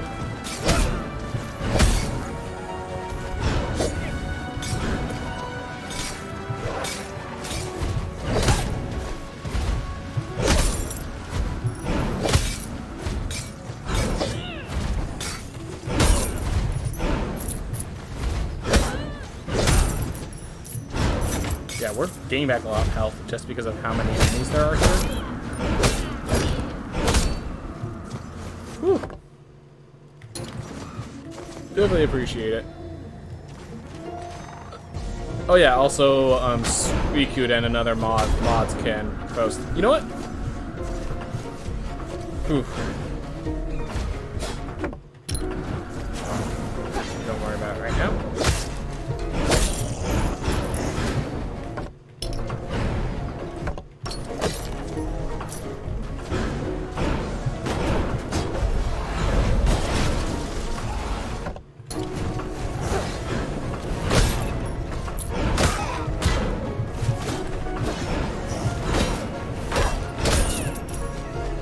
That went south. And now it's over. Okay. Whatever. I think it got one of them. One of the ones I wanted to see. No negative traits so far. That magic break does have a nice icon. It does. It does.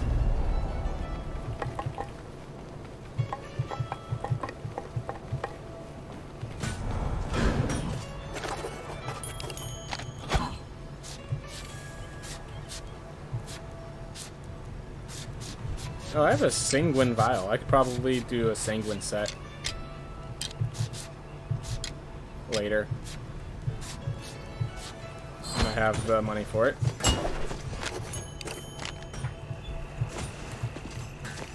So, let's see. I just got the Focal Rune. Increase your spell's critical strike chance. Alright, so 4% per. And... Alright, so I'm going to guess that this is...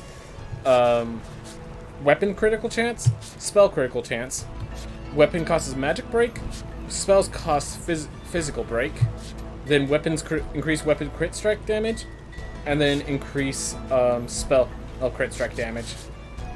Alright. Making those assumptions, I have some ideas for changes.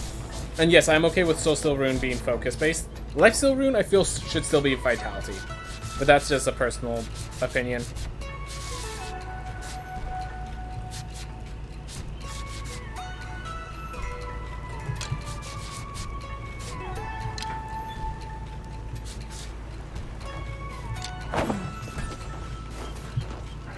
Alright. Let's get more runes to confirm it, but let's hope. My hometown is pretty famous for their apples, and we have these farmer markets in town. Quality stuff for cheap and helps local businesses. It's a win-win. Dude, yep, always having, like... Dude, we have a local farmer's market as well. Has some of the best strawberries you'll ever have. The problem is those strawberries, like, rot away and are bad within less than 24 hours, I swear. We can go buy them around lunchtime, and we have to eat them by the end of dinner, or else they're gone. Like, even if we're saving them for dessert, too bad.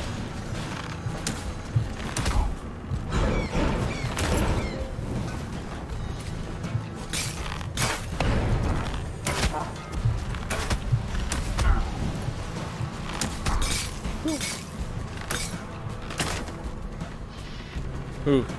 You could just send your... Yep. Friend just went online, hasn't streamed in a while. Gotta say hello. Of course, man. Of course. If your friend does well, enjoys their stream. Hope that nothing dragged them away from it.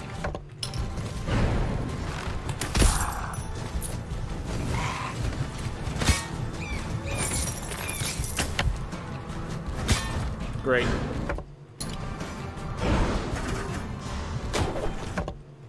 Hey.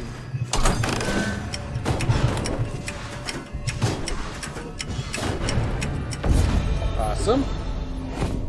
Eldar Rune. Yep, increases spell's critical strike damage. Okay. I'm figuring it out.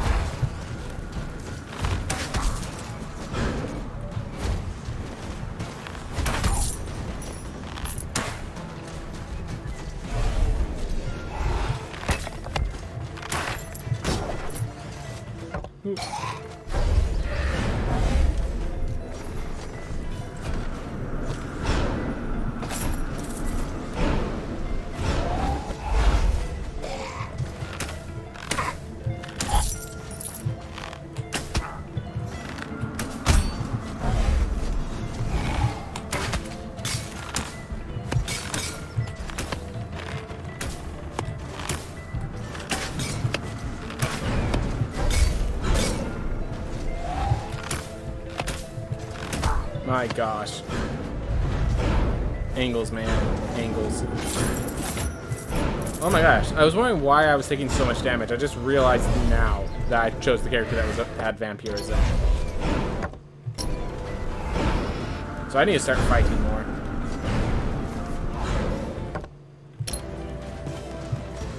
Which means this is actually a good choice.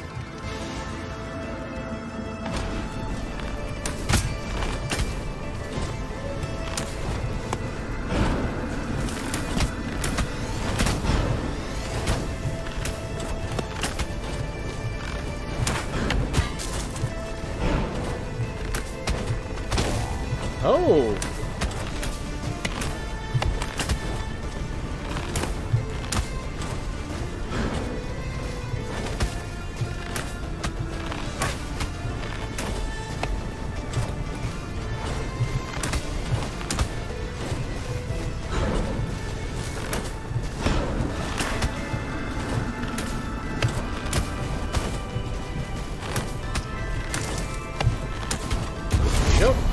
Fully healed off Blightborn Firket, but one of the harder Blightborns. That's good. That feels good.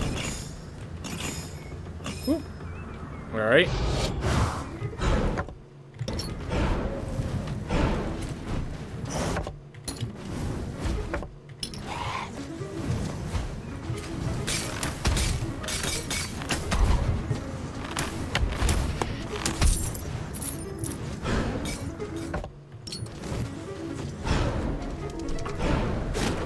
Alright.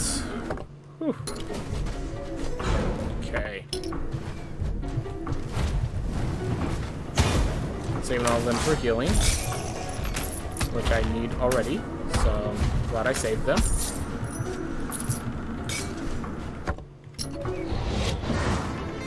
Alright. I think it's these two. Yep.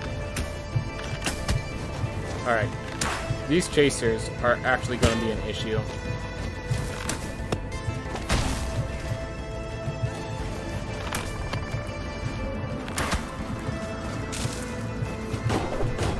Stop setting chasers.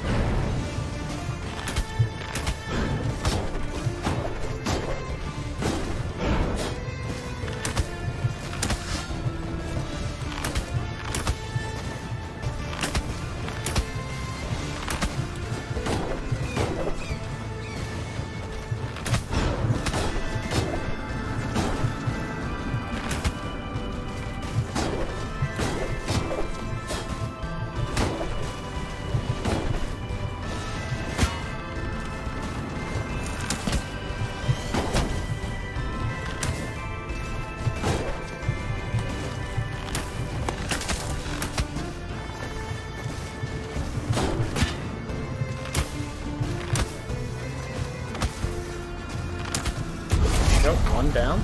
That should make this a lot easier.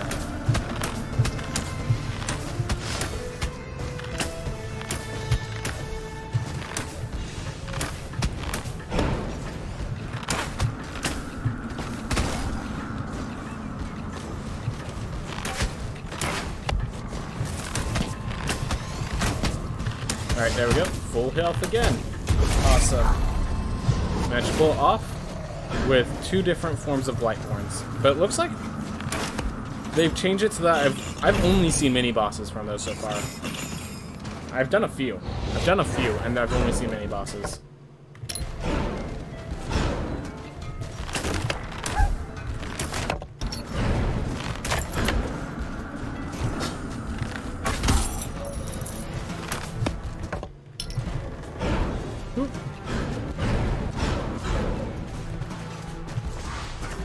Alright, that feels good.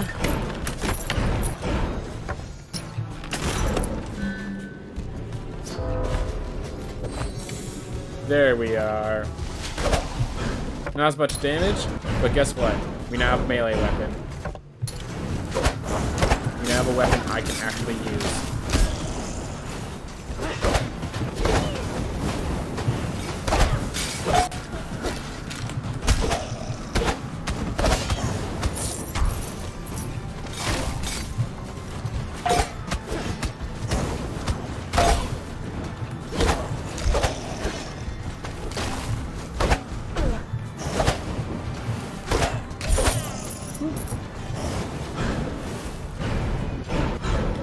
I should get some XP for my archer while I have the chance.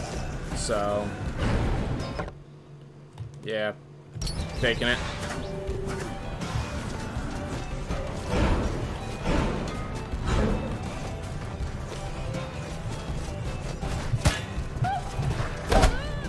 Not getting much HP from my attacks, but I can still heal from my attacks.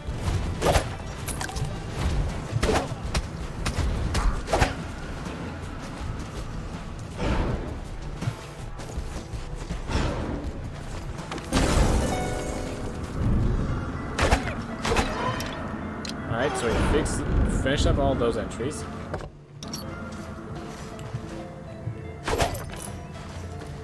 That's a good one.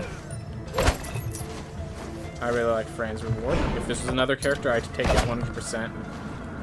Good handles. Better if I'm in speedruns. I'm not in speedrun mode right now. We are chilling. You know what? I'm gonna save my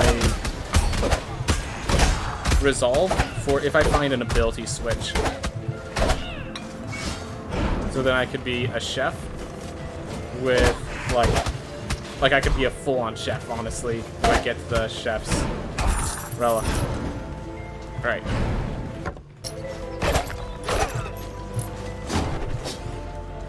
Obelisk don't really need it.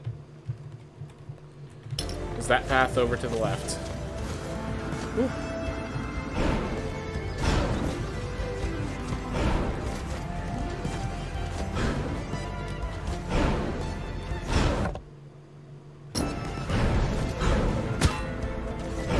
All my fault. And falls completely upon me.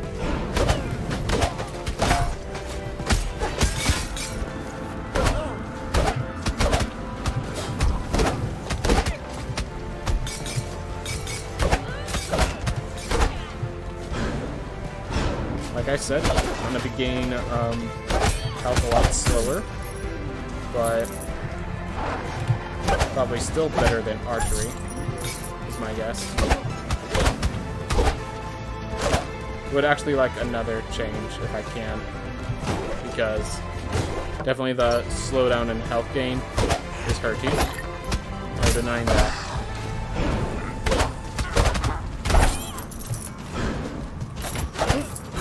Alright, cleared out this area. Now we go to Sticky and Steady. Whew.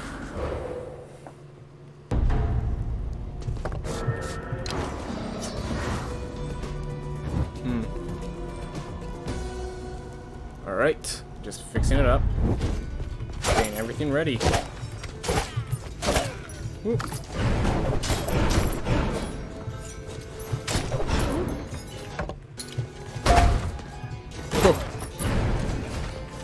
Did it right as he fired. Just explode on impact.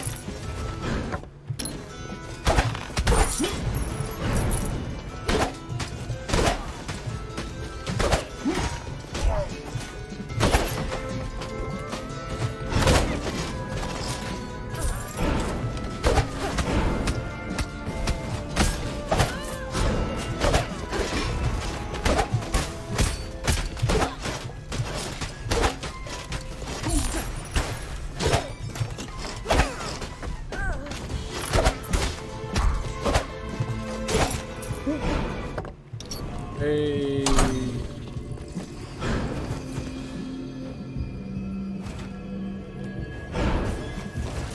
Awesome. Sharpened rune. Critical strike chance. Yep.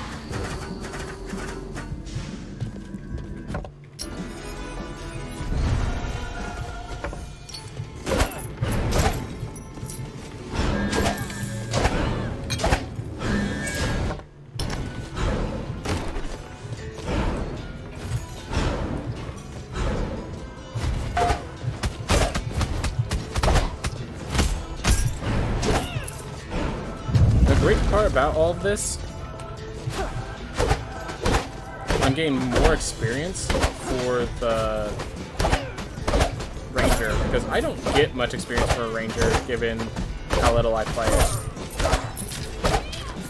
So every bonus XP from killing enemies ends well for me. So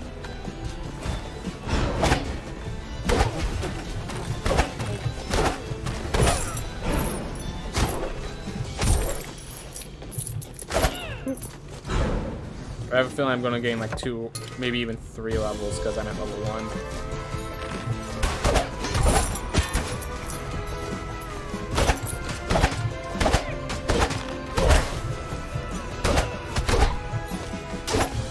Green Chef and my talents. Not taking any damage. Not interested either.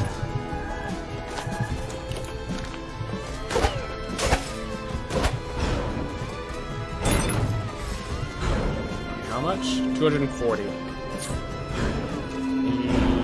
Sure. Hey, welcome back, Sweet Good. We put ourselves in a dangerous situation in hopes of getting more max HP.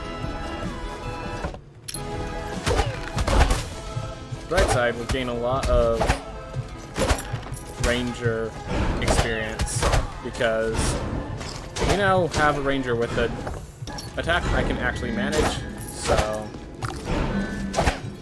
Do gotta note, though, I'm dying in 1 hit right now at my health. Obviously, fighting with a pan, obviously it's a dangerous task, yep. Just we decided to put away the bow and arrow and instead bring out the mess kits. Fight with whatever you can. Sometimes a strength-based weapon is just preferable, even if it's improvised.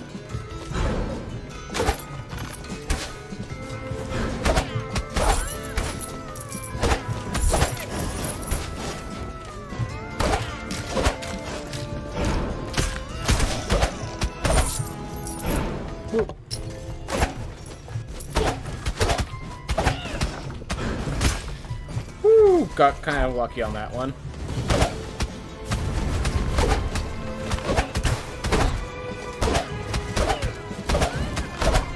And yes, in case you're wondering, the reason I'm hitting them multiple times is because I have a vampire, so I actually need to hit them to gain health back. So it's actually preferable to just like focus fire one before projectiles come out and before they die. Ooh.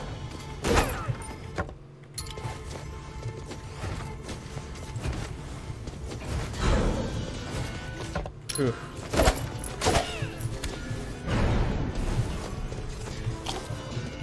Definitely losing more health laying on the spikes than I am gaining from, you know.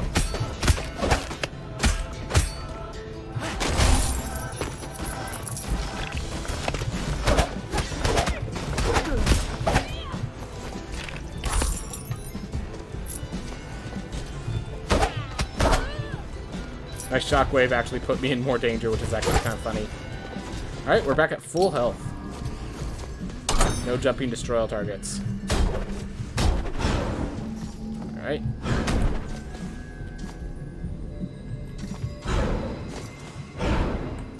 Grab idea. Do I keep the dash? No.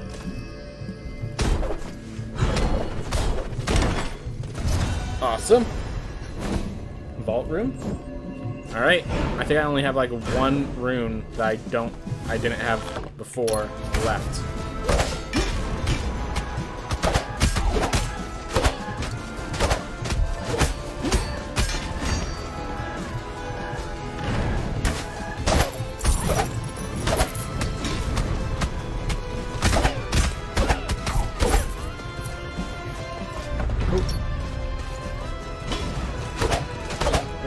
Some XP on these guys. I think I'll find healing as I'm exploring around. Let's just get our XP for being a ranger now.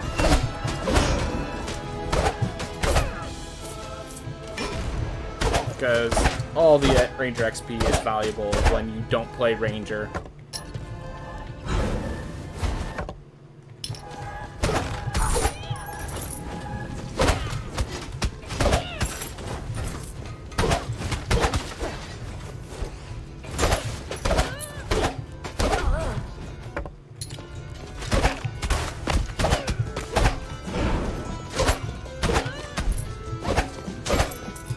If I really need healing, I can teleport to the starting area. So, just keep moving.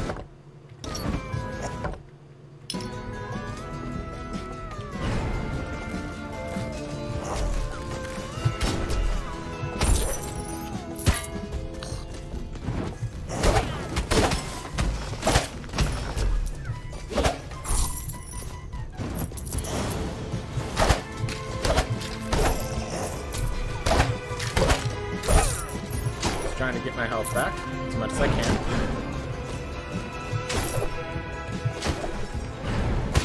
Great.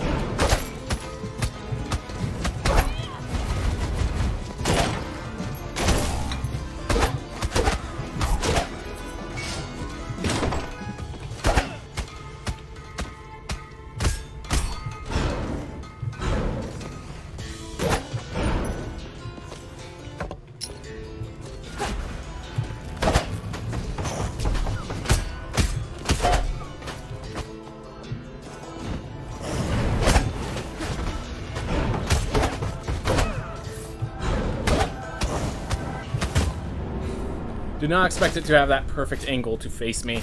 Oh well. We got 3 ranks of Ranger class, which feels really good. And we did a lot of other stuff along the way.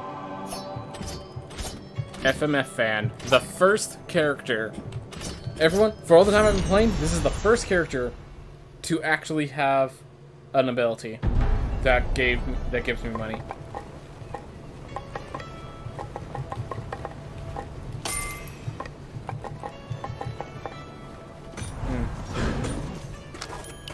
And it's free money. Yes. Yes, it is. Alright.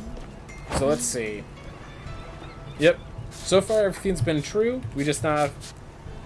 Everything that I assumed has been true. We still have the variation of the shearing room to grab, but that's it. That is it.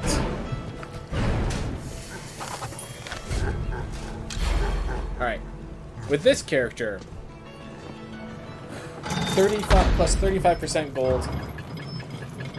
So what I really want is vegan. What I really want is vegan. Something that gives a lot of gold and doesn't actually cost that much to have. If I could get like a vegan knight, that would be amazing. That would basically give me all the money I'm looking for.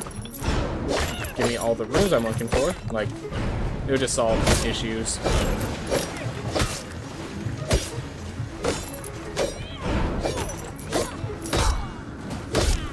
But yeah, I only need one more rune. There's only one rune that I don't have, and I have an idea what it is, so I think I can make the video that I want to make without it. Because, yeah, I've been trying to analyze what I think of dexterity. I think with what I found, I found everything I needed to know.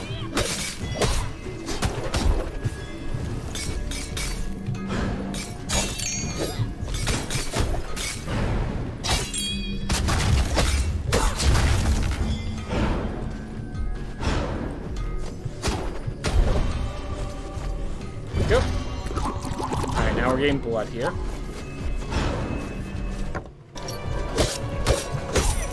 That was near the entrance, so it's still possible that I could get an actual room in a later area of the second page. Oop. So we're going to kill them all with this character.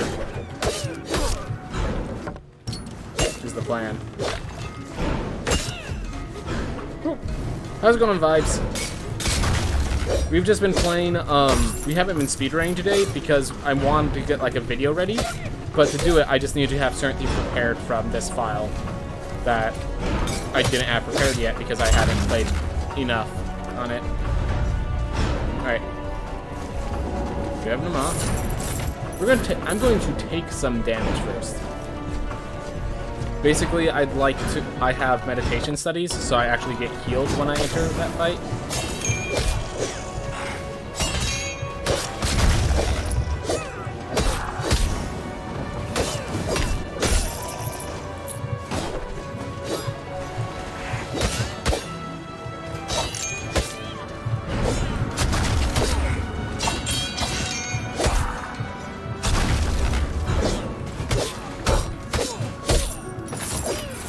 Awesome. More equipment.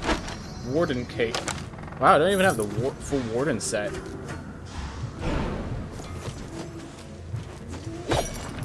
My suggestions for a game would be 30XX. Alright, I'll keep that in mind. I'll have to Google what that is. I'll be honest, but I'll keep that in mind. Alright, well, I took my damage.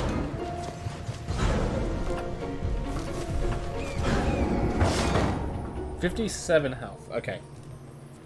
Let's build him on with his character, Garrus. I'll have some free money.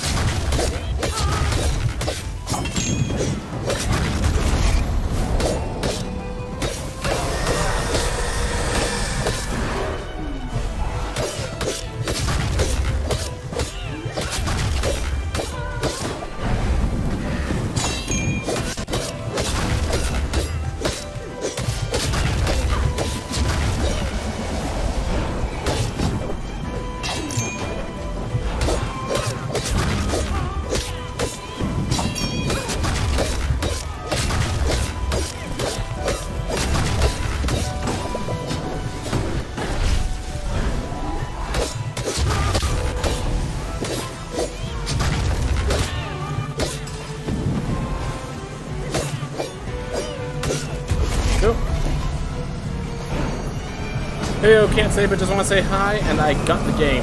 Awesome. Glad to hear it, Weebish. Hope you enjoy it. Hope you enjoy it, man. Oof. Alright. Get ourselves some gold. Some iron.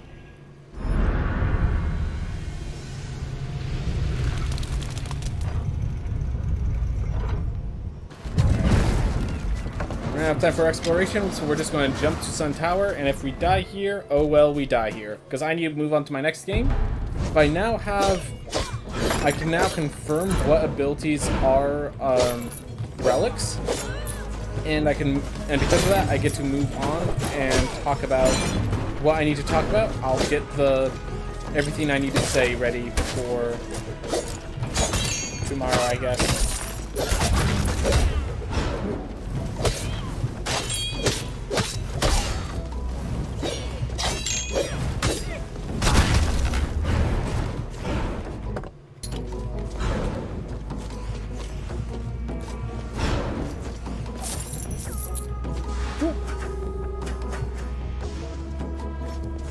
But yeah, it would be a video that I'm planning to like set as a proper video on YouTube, so.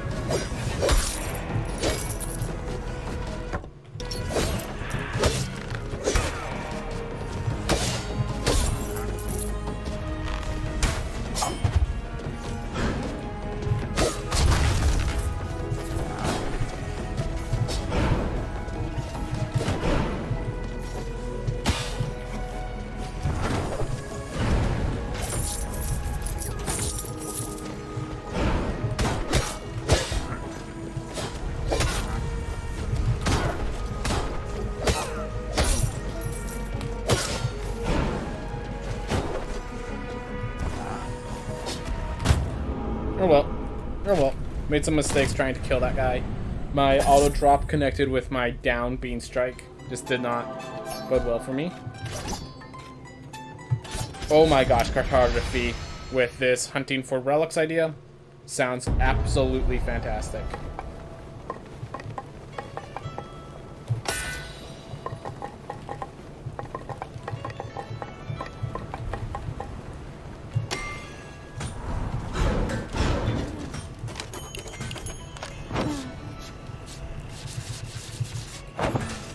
Want to check a few things?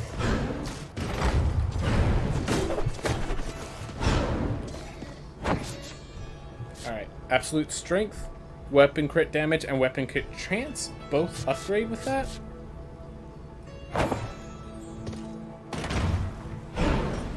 Just to confirm. Dicer's Den and Flower Shop would both, and Laundromat would both get up. Whew.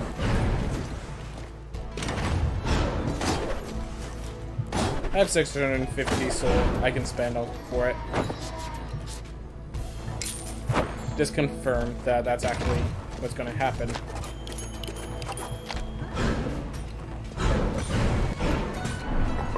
Yep, 2 points there. So Laundromat and Dicer's Den both get to upgrade. I'm assuming there's a similar theme. The Lodge, and I'm sure after Core of the Wise comes a similar. Alright. Whew.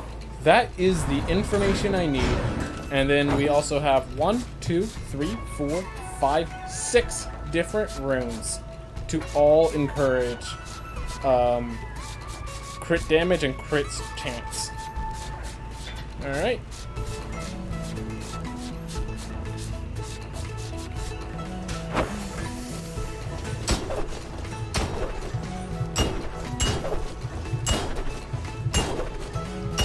Got it. I think I have all the information I need to make my video now. Alright. I'm gonna put this game down for a bit, let that process over tomorrow, and I'll try to have the video ready then. I'm gonna refill my water, take care of a few things, and I will be back with the next game. We'll be doing another MTGA Arena Draft, because I love those. Alright. If you just came here to see some Rogue Legacy 2 content, thank you all for watching. I hope you have a wonderful day. If you plan to stay, you'd like to watch some Magic the Gathering, don't you worry, I'll be back.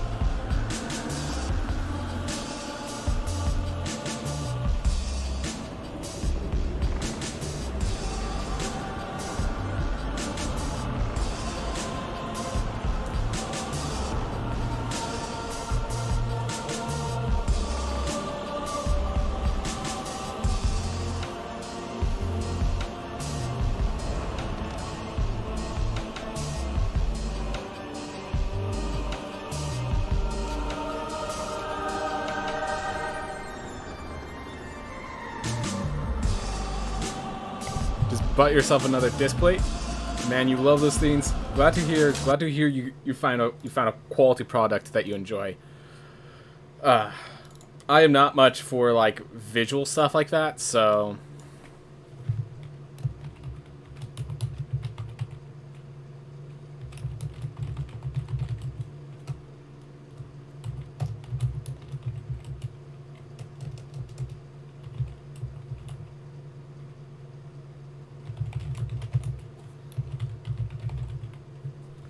here, and the game is Magic.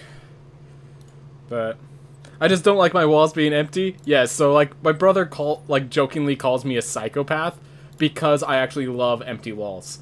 Like I actually prefer my walls to be completely empty. So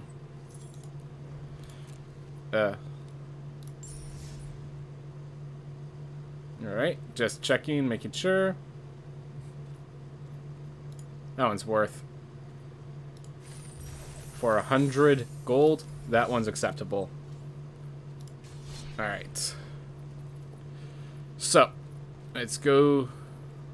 I'm just gonna really quick check Premier Draft on Monquette. Nope, only one's free. Just want to make sure. Oof. Yes, I agree with your brother.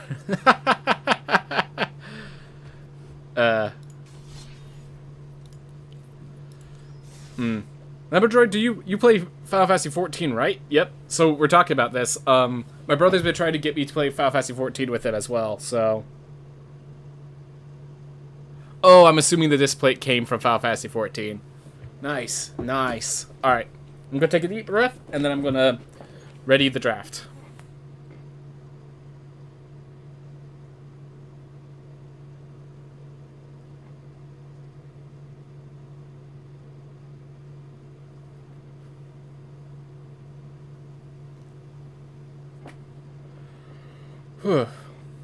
Hey everyone, welcome back to some Magic the Gathering Forgotten Realms drafts. Been a little while, but it's alright. We just continue on. We have, so, something that's, I'm not sure if I brought this up last time, but a lot of people have been hating on blue, which means blue, while I do agree it's one of the worst colors, if it's open, the open color is always the best color. Blue is not that bad, so we're going to be drafting using the knowledge I have. Gosh, it's been a little while. I feel like I'm going to make a mistake just based on that alone. But at least I know the meta. I didn't know the meta for Amonkhet, so. Well, we get old Gnawbone. You get 7 mana, you have a 7 mana 7/7 with flying. That's often good enough. The only thing close is Power Word Kill. Here's something on Watch is pretty nice. Yep, so I think it's Gnawbone. Like, I don't think that's a question. Owlbear. All the green cards in this pack are really good. So I think we're going to be fighting for green a little bit. But, and if I take the Power Word Kill, black basically has very little. But I think people are going to try to fight for black more often. Like, this is amazing green cards, and the rest of the pack, the rest of the colors are just kind of eh. There's a Charm Sleep. I do believe I'm going to get a pick 9 Charm Sleep. I'm just going to call that now. Because people really disrespect blue. Like, that much. Also, it's like, they're going to go 1, 2, 3, 4, 5, 6, 7, 8. Yep, something like that. And then I'll have Ambush, Charm Sleep, Find Villain's Lair. Alright. Zalto, 5 mana, 7/3. So 3 health on 5 mana is the main problem with that card. We have a blue dragon. So that's another big late game dragon. We have Curdle of Baldur's Gate, which this card will win you games. So, like, this card wins games, this card wins games, this card sometimes wins games. Like, oof. So I'm just trying to figure out if I want Krydle or Blue Dragon. Also note, okay, hold up. They chose a common. I just want to be clear. They chose a common over all of these uncommons. Like, surely one of these uncommons is a bomb. Surely one of these uncommons is a bomb.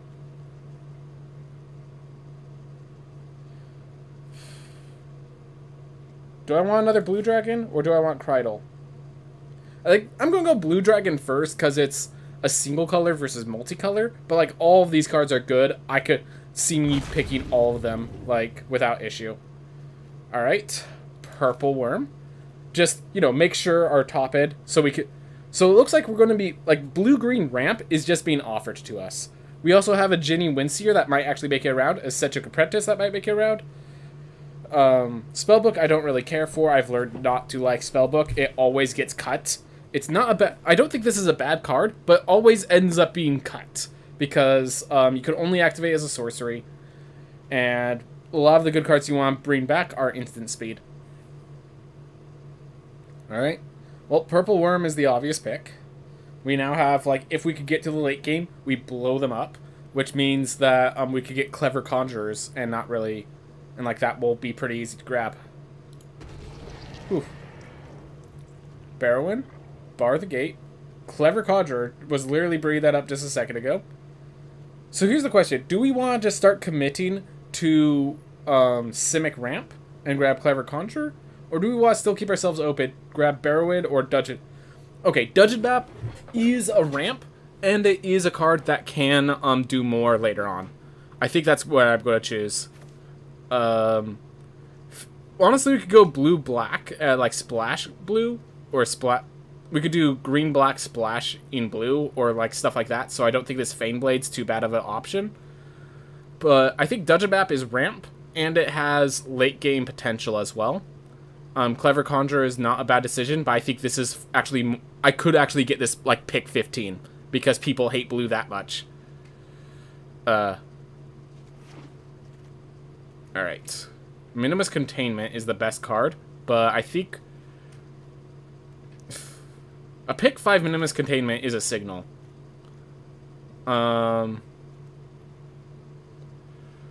So in case you're wondering, everyone's talking about a nice little display Suicune got about Final Fantasy XIV and Y'shtola the White Mage, which is apparently a really cool looking person. I did not see the display myself, but whew. Like, this is one of the best removal in the format versus a 3-drop that works for this deck. Again, I think we're going to be getting... If we don't get Clever Conjurer, I think we might get Neverwinter Dryad. Like, I think I'm going to hold up the possibility for white for now. Alright, Find the Path normally would be a bad card, but look at what we can ramp into. Eye of Vecna is card draw, but also is a lot of life loss, which actually is pretty expensive in this format. Hoarding Ogre is more ramp, and just like fits into our curve, like helps us curve into our stuff. Again, I'm not sure we can do these colors, but I don't want to like just say I can't be this color because X. But white is looking very open. I'm going to pick white because white is looking very open, and this is removal. We literally have 2 removal from white. Ooh, we could just be green-white ramp. So that is a possibility. The blue dragon doesn't need to go in our deck. Faraday, I actually very much dislike Faraday. 50 Feet of Rope is a possible like mana sink, but I think we have enough mana sinks. So I'm going to pick the Shortcut Seeker, because a 4-mana 2/5 is just a really good body. It just sits there, holds off the board, and then if they're not doing anything, it gets to venture. So I'm actually going to pick the Shortcut Seeker here. I think, yeah, these are the 3 colors we're kind of looking at. Which leaves red and black very open. Actually, that's a cool feat. That leaves red and black very open for my opponents so that they can more likely pick those. So that way I get my side more free. Alright, I'm going to get a second blue dragon because that will basically commit our late game. Take care of it all. With old Gnawbone, 2 blue dragons, and a purple worm, we literally can have 0. We are done with late game, everyone. We are done with late game. Alright, and like I said, Charm Sleep. People hate blue, so I get my Charm Sleep rotated back, and the You Find a Villain's Lair. Both green are gone, so we might have trouble getting the other green cards. I'm wondering if Portable Hole, if we don't get any more green, should I just go blue-white? That is actually a question I have to consider. But right now, we're grabbing the Charmed Sleep. We are blue. Criddle made it back. Ooh. So, this is a deck where you see a guard approach is a lot better, but no one picked Criddle. I don't think black is open, but can we splash black for Criddle? It will allow us to get Gnawbone through. It will allow us to get... Yeah. The thing is, I don't want to splash every single color, but I think you see a guard approach is going to come back around every single time, so... Yeah. Clever Conjurer helps us ramp. Knew that we would... Like, that's the thing. I just picked blue, and I know every good card in blue is coming back around. I have 2 blue dragons already. Like... Whew. Yeah, I think our deck actually would want the bounce spell more than... I mean, that is a 2-drop. Hand of Vecna. Alright.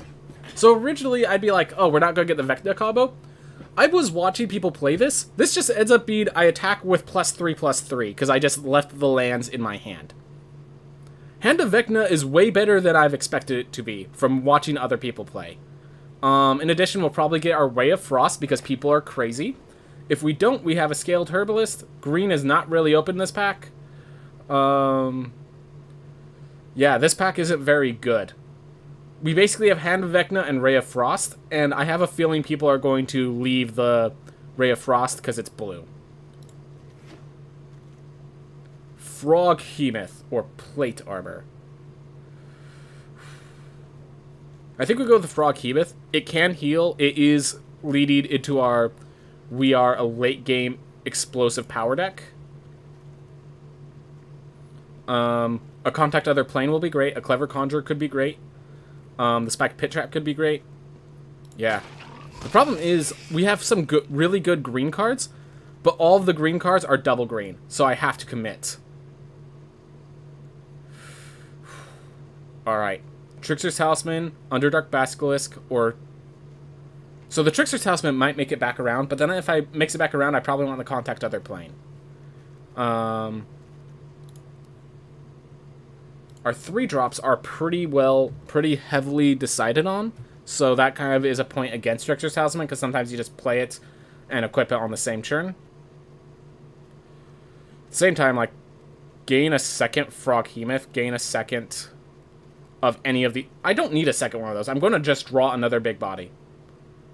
I'm going to pick the Underdark Basilisk, I think. Yeah. Intrepid Outlander, just a 2-mana, 2/3, good stats. Nothing really good in blue, nothing good enough in white. Neverwinter Dread might make it back around. Surprised that this green card is still making it around. So I know the people to this side are fighting for black-red. And as long as I let them fight for black-red, it's good for me. So... Hero Adventures, Aberrant Mind Sorcerer, Pixie Guide, Owlbear. So here's the problem. If I go Owlbear, like 1, 2, 3, 4, 5, 6, like this isn't going to make it. Like that's already not going to make it. Owlbear is just pushing even further into that's not going to make it territory. So I'm like considering the Pixie Guide or the Secret Door, the Pixie Guide just because of that. As for spells, there's not really spells worth taking otherwise. I'm going to pick the Owlbear here, but like... We are done with big, expensive bodies. We are grabbing cards that help ramp us to big, expensive bodies whenever possible. I'm probably going to get rid of this dungeon map. I mean, dungeon maps ramp. Dungeon maps ramp. But yeah, Clever Conjurer. So 3-drops that ramp into 5-drops are exactly what I want in this deck. Alright. Yep. Might get some Pixie Guides back around. Alright. Be careful about my mana curve, because we have we're going to get all the 3-drops we need. Blue is very heavy on 3-drops. We're going to get all that we need. So it's just a question of Boulette or Arcane Investigator. I'm just going to make sure I have enough 2-drops. Whew. As I said, a 3-drop that then makes a that gets us to a 5-drop is where we want to be. To the point where we can actually start removing our 4-drops on the assumption we'll make it. I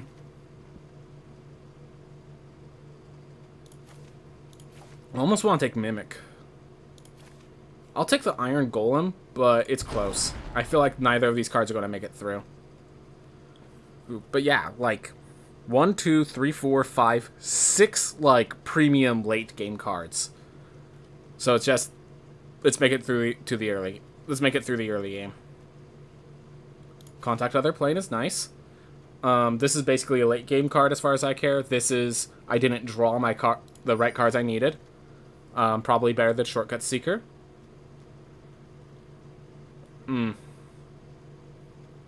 going to pick the Find the Path, but I think this might actually be the mistake. Neverwinter Dryad. Yeah, I think the Find the Paths are getting ripped first.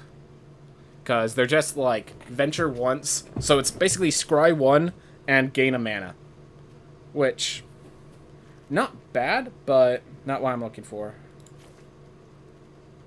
Is there any spells? Yeah, do I even have spells for that? Instance 1. Alright. Gretchen Twitch Willow. Oh my gosh. That's... I mean, it's a 2-mana 0/4. This is a really good pack, but I think blue-green is just, like, on the menu and then some. Like, we have all our playables. We just need to worry about curve now. And this is actually perfect for our curve because it's a 2-drop. Like... It's a mana sink. It's a hold off the enemy. It's a lot of things that I like to see right now. The only other option is like Portable Hole, but I'm not like, unless I get like a mana sort of effect, that's not really an option for me. White is getting some good stuff. If I do splash, white is not a bad color to splash.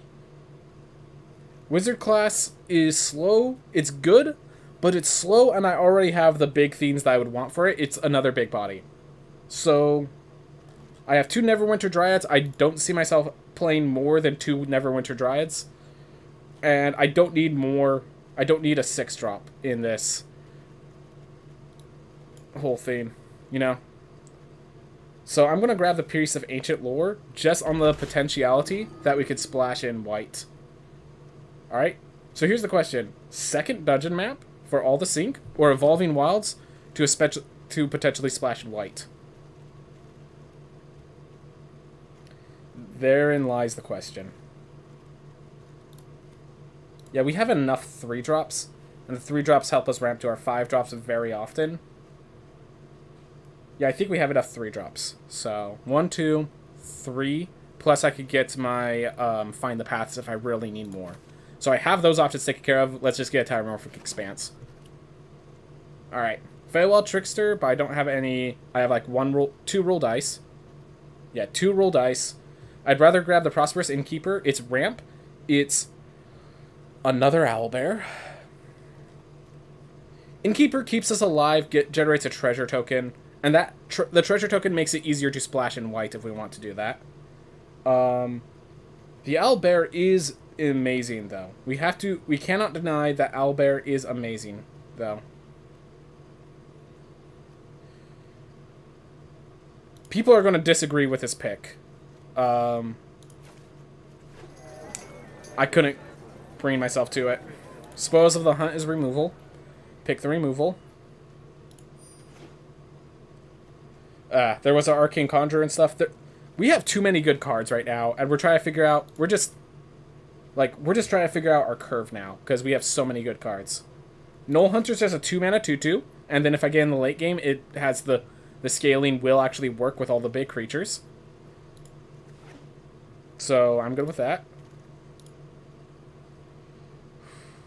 I do like having 1 Cursed Idol, so I could destroy artifacts or enchantments that give us an issue. I still don't 100% understand card cost. I used to think it was just a number shown at the color of the top, but some cards show 2 of the same. So it needs to be specifically 2 forests, and then 3 of any color. This is 2 islands, and then 5 of any color. This is why it's important to splash. So, like, this one is specifically a blue and a green. So, it's a little more precise in its costs. The higher the precision of the cost, the harder it is to, splash it in. Alright. I mean, given my curve, I'll pick the Moon Druid. I'll slot the Moon Druid into our sideboard. But, like, I don't think we need 3-drops. If I do, I need more. Yep. That makes sense.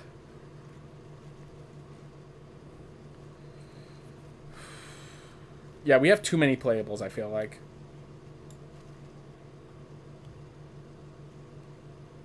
Don't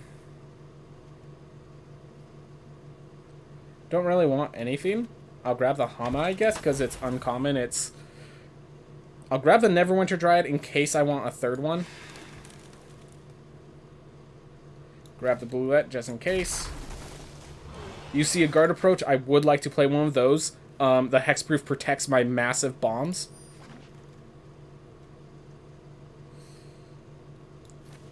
Leather armor might be played. And that's it for us. And we have to cut out 3 cards currently. Or no, 2 cards. Okay. Iron Golem goes. Whew. I will note we don't have too much removal. We have like 2 removal. But we have just such big, scary bombs. I'm not sure it matters. Alright. So look at this deck. We have 1, 2, 3, 4, 5, 6, 7 2-drops. Some good utility. Only 2 kill spells, but Hand of Vecna plus all of these bombs. Yeah, we'll try it. I might rip out a blue dragon or something like that, but like ramp to 3. Yeah, this could ramp us to 3. This could ramp us to, so this could ramp us straight from 1 to like from 2 to 4, which could get us a Ginny Windseer. This could ramp us from 3 to 5, which gets us Owlbear, Froghemoth. I think I actually want to look at my 4 and 5s a bit more. Is there any one that's so worth? Just the Bluette.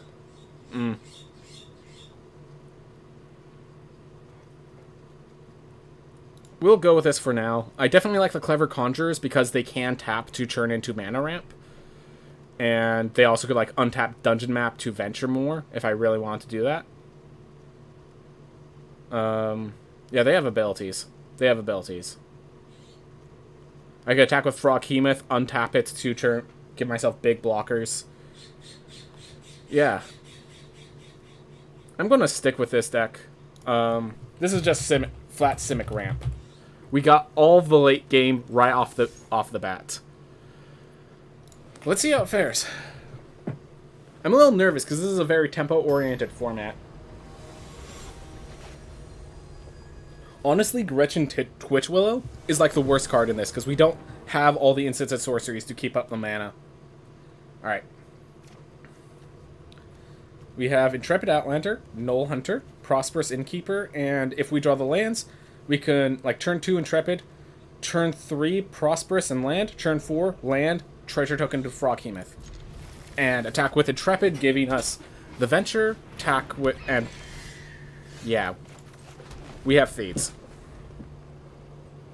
Now we don't even need the Prosperous Innkeeper, we can just...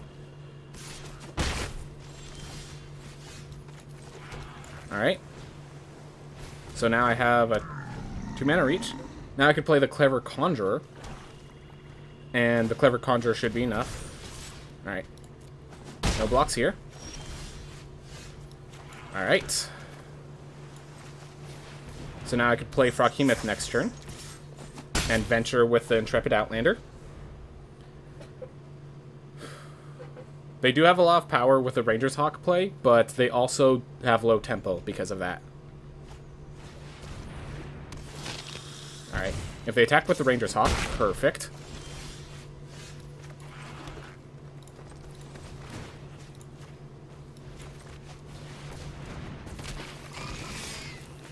Now I get a Venture.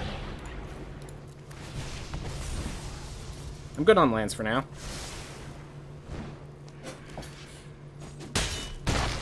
They don't have anything in their grave for me to pressure, but that's fine.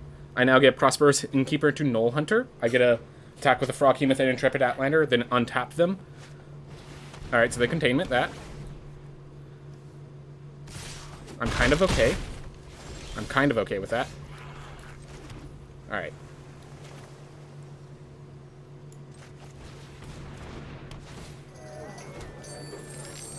No. Let's sacrifice this treasure for it.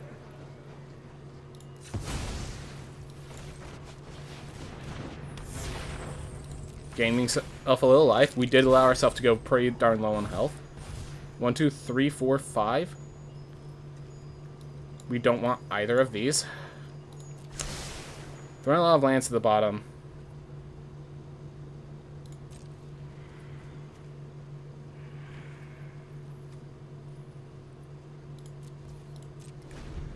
Alright, we have a Usia guard approach if they want to do like some sort of kill shot on us. I just realized they got pretty mana ruined, so we can take advantage of that. Alright, them equipping the vampire spawn and attacking... Oh! Now I just block the Ranger Hawk with my Jenny Windseer.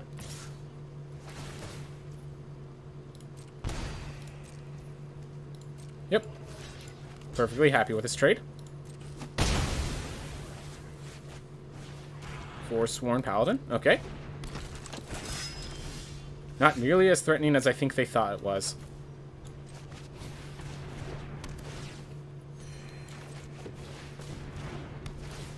Alright. Now I could attack with these three. Trigger the effect. Alright. We gained a bit of life. They can equip the Reaper's Talisman to Vampire Spawn. I will have to double block. Oh, they equip it to Forsworn. Or not even... Oh, it has Menace, but they can't pump its damage, so... Like, hold up. You have to pay 3 to pump its damage. So... Let's just block like this, maybe? Alright, hold up. 1, 2, 3. Yep.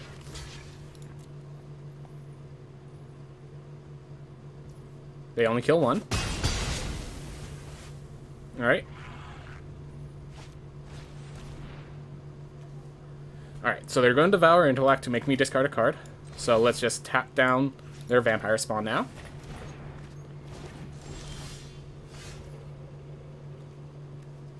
So I can attack with these 3. It will eventually allow me to create a 1/1 Goblin. That's good.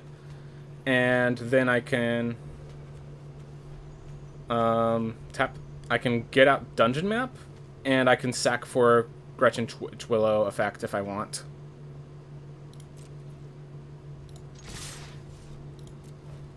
Yep. 1/1 Red Goblin. Definitely allowed them to get a little more pressure than I wish I did, but sure, it'll be fine. I can trigger Gretchen if I really feel the need to. Yeah, that Reaper's Talisman is a very threatening card, especially when I don't have all the pieces together, you know? Alright. They attack, as they should. I block with a Goblin.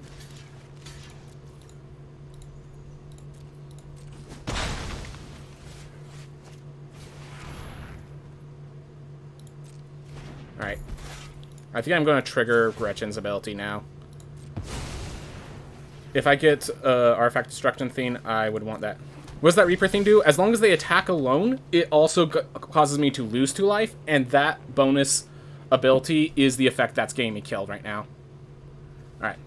So I could venture into the dungeon. Ooh. Got it.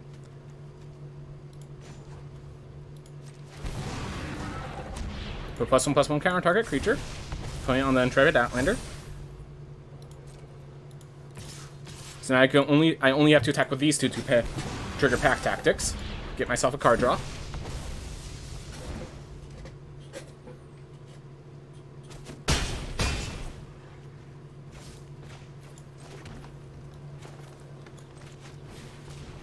Alright. So I could untap Clever Conjurer. I can tap Clever Conjurer to untap something. How do I want to do this? 1, 2, 3, 4, 5, 6, 7. I have all the mana I need. I just need to figure out how I want to do this. I can't let them deal damage to me, basically, which is an issue.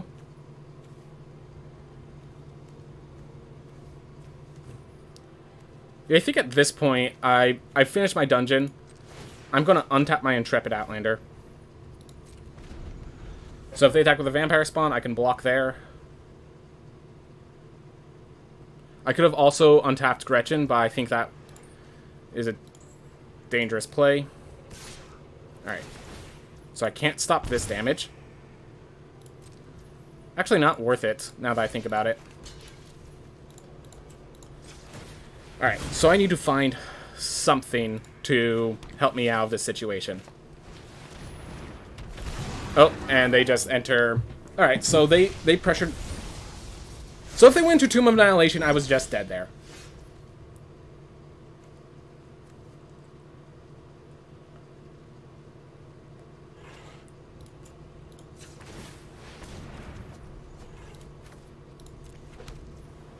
Hmm.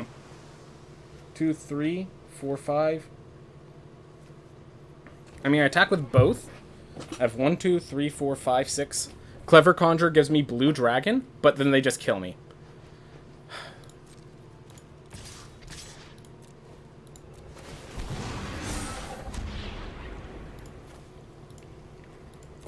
So this gains me 1 life. I'm not sure if they realize the difference or the matter of it. Okay. So now I just hope that they don't realize, because... Okay, hold up. If I pay 4, to draw a card, and I get Charm Sleep, I can untap, and... So I'm playing to my outs. So if I pay 4, I get Charm Sleep or Spoils of the Hunt. I could untap with Clever Conjurer and Spoils the Vampire Spawn. So that is my out. And just to make sure, it's just one it attacks. Alright. Did not make it.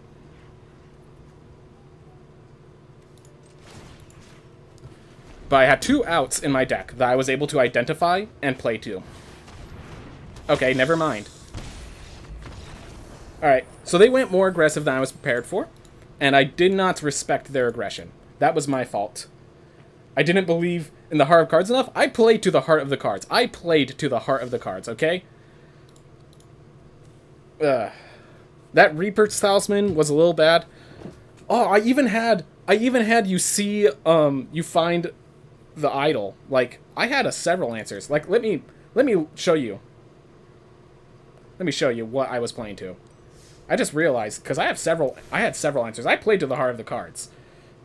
So I had Spoils of the Hunt, I had Charm Sleep, and I had You Find a Cursed Idol. I had 3 different outs I was playing to with that. If You See a Guard Approach was still in my deck, that was also an out. Like, I played to my outs. They were aggro, and that was the thing. I didn't identify that they were aggro until it was too late. That was my issue.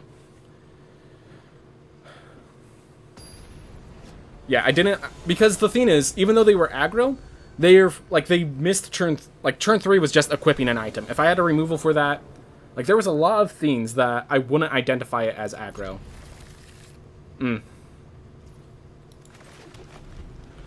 Of course, it turns out I was wrong, but yes.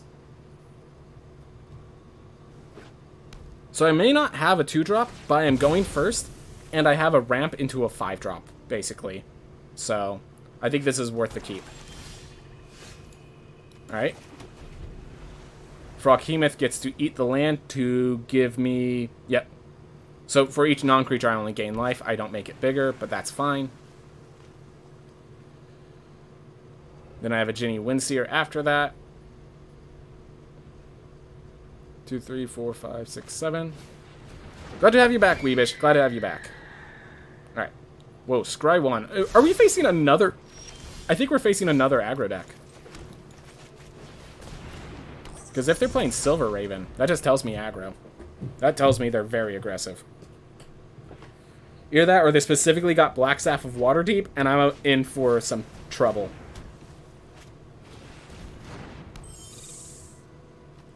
Alright. Maybe he just likes Ravens? Entirely possible. Entirely possible. Alright. So they only have a land in the grave, so I'm actually going to get the Owlbear with this. There we are.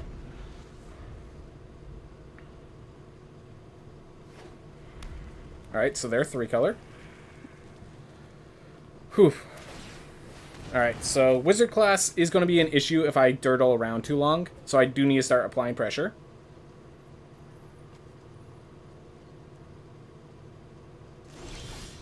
Which, we actually have a perfect way of applying pressure. I think. Let's say, they have their mana tapped, so... Yeah, I'm gonna just go for it. They can't kill any of my creatures. I can't block any of theirs. Let's go for it. Threatening 10 damage. They didn't even block the Clever Conjurer.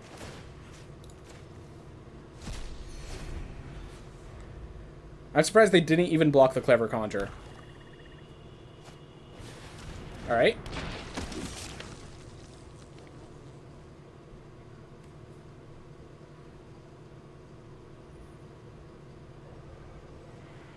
If I draw oh my gosh, if I draw a land, I could untap it, play Old Nogbone, get 8 treasure tokens if they don't block. Alright, I really want to land here.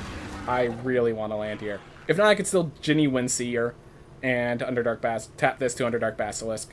So, I'll be fine. So they venture, so they get a Scry 1, and then I'm going to put them in a tough situation.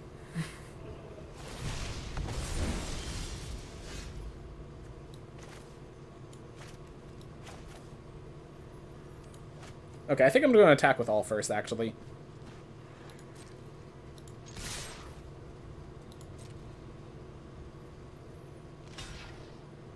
Alright, that's actually good for me, because that pixie guy now dies. And I think that goes in the grave. Yep, perfect. Now I'm even bigger and scarier. Now I have a Windseeker to block their airborne pressure. That's okay. Is it a land? It is not a land. We're throwing it back.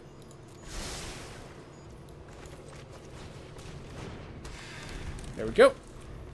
For question of the day, I'd say Ender Lilies if you're interested in a challenging Metroidvania. Good to know. Alright, so we got Ender Lilies, and I believe the other one was 30XX. So, yeah, I can look that up in just a bit. But, yeah, Ender Lilies, I think 30XX was the other. Ooh, Magic Missile. Well, I'm glad that ate it.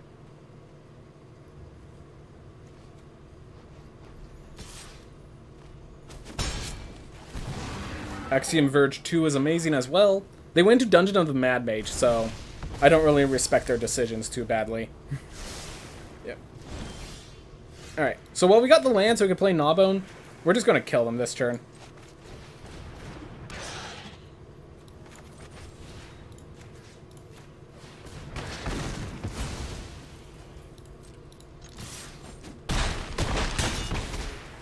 There we are.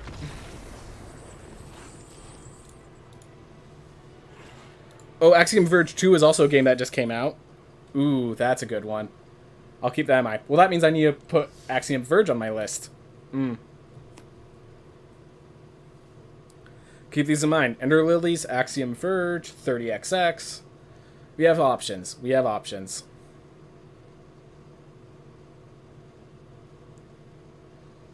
Alright. But yeah, my deck seems fine. I just didn't recognize the other opponent as aggro and allowed him to deal damage that I thought I could recover from. I did not, in fact, recover from it. Should have played a lot more defensive against that first opponent. Good to know.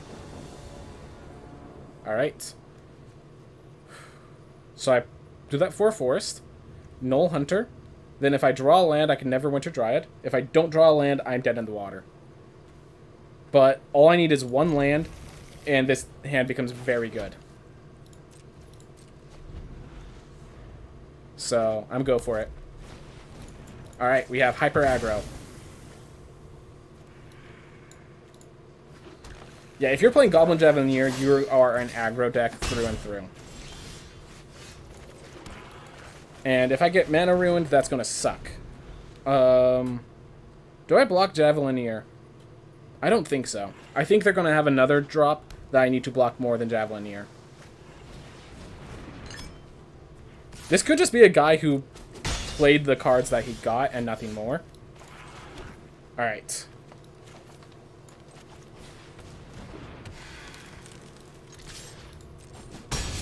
So, what I'm going to do is I'm going to block the Javelineer. In response to blocking, I'm then going to sacrifice it and get myself the forest so I can get to Ginny Windseer. Yep. So, these two cards say they don't go with Javelineer. I think this is a guy who just played with the cards they had.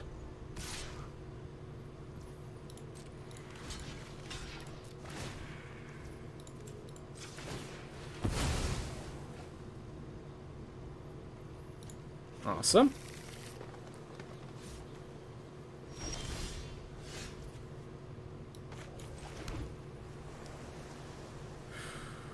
I could hand a Vecna. I'll do that another turn, I think. I think right now, let's get a creature with enough power. If I had one more card, Hand of Vecna would have triggered Null Hunter, so I think that would have been worth. Don't need that right now. We're applying pressure as fast as they are, if not faster.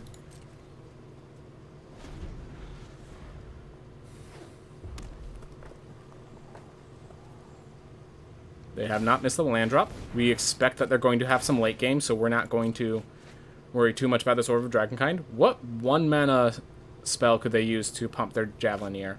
Kick in the door. There it is. Yeah, this is really weird, because these two cards say control, this card says aggro, and it's not even a respectable aggro. So I could use a guard approach to actually kill this using Ginny Windseer. I'm not sure if that even matters, though. I'm killing... My tempo is much stronger than theirs. And I think we just go tempo. Alright.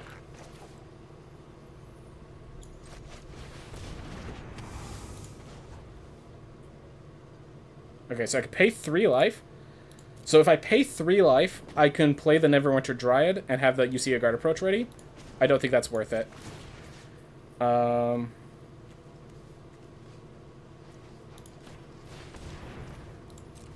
We are now the aggressor. And they're like dead next turn. And we have 16 health.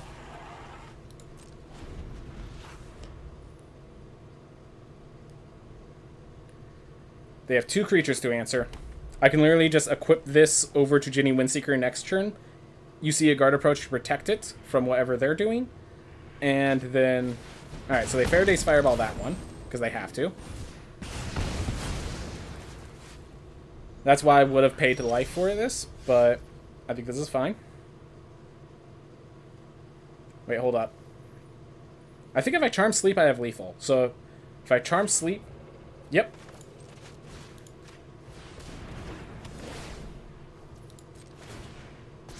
Thank you, Hand of Vecna.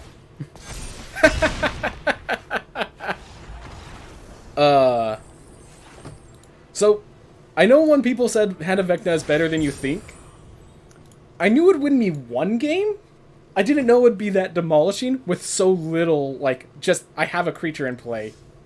Okay. Yep, Hand of Vecna's good. Hand of Vecna's good. Alright.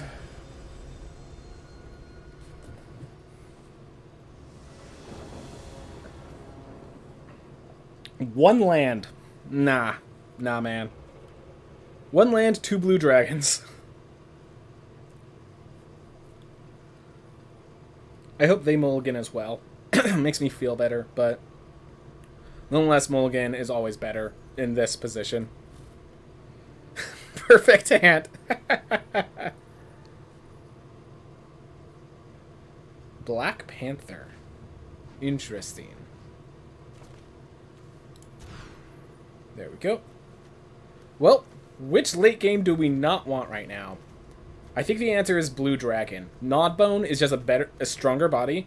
Purple Worm is... could be cheaper if I find the right opening for it. So, this could be a 5-drop. This is the 7-drop that wins us the game and then gets to our other 7-drops. This is just a good 7-drop. So, Blue Dragon, we'll see you later. And we have a 2-drop. So we'll even keep them off pressure. Or kind of off pressure. Oof. Oh god. When I said kind of off pressure, kinda.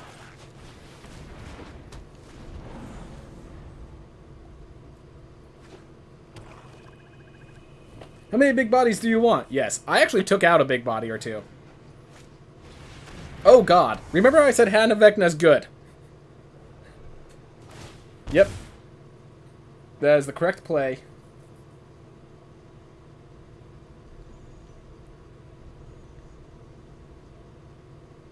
So they're close to triggering Battlecry Goblin and starting to swarm us out.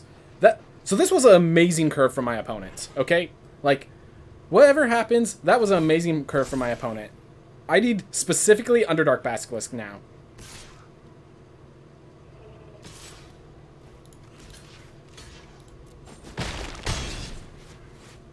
I need specifically Underdark Basilisk to it. So here's the thing, it's only when I attack. It's combat on your turn, until end of turn. So, if I equip this, I can crack back for 4, and then I get voided. So I'm, leave the hand city there for a little bit. So this is where everything goes to hell, because now they get pack tactics. Block there so they can't pump.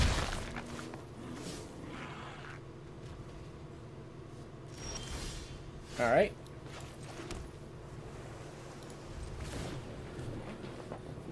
I think I am going to contact other plane, because if I can get, I want to get 2 specific cards.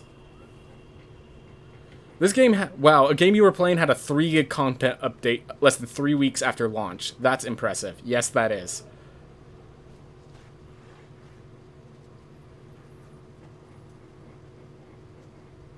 Alright, well the more cards they foolishly play now, I was going to say the smaller Battlecry Goblin becomes.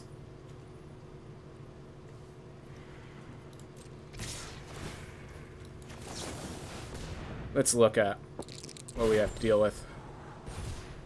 Alright, I have a Dryad that can block into a Forest. So let's see. That Dryad, I can play land, sack. Let's see, that'll be at 6. I think this is a play, even though I don't like the play. Alright. So we're taking 6 this turn. I think I just have to block the Battlecry Goblin now.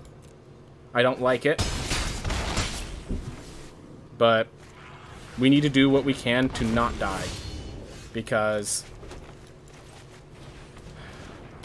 we're dead. They had amazing pressure, first off. Let's just be clear. They had absolute... Shambling Geist, Battlecry Goblin, Hand of Vecna. Into second Battlecry Goblin? Yeah, they had insane pressure. So if either of the 4 attack minions hit us, we're dead. If they literally didn't play that Battlecry Goblin, they would have won the game that turn. Yeah. I'm not even blaming these 7 drops, these 3 7 drops in our hand. Like, they just had double... Okay, they had Shambling Geist, Battlecry Goblin, Hand of Vecna. If you can't stop that, GG's. I did not draw a way to stop it in time. Okay? Look at all those goblins. Look at all those goblins. Yeah, that was just them having insane pressure. So we know our weakness is aggro. We knew that from the beginning. That our weakness was aggro. But, like, I think this is still the correct... Maybe we take out a blue dragon for... But, like, what do we put in? Shortcut Seeker?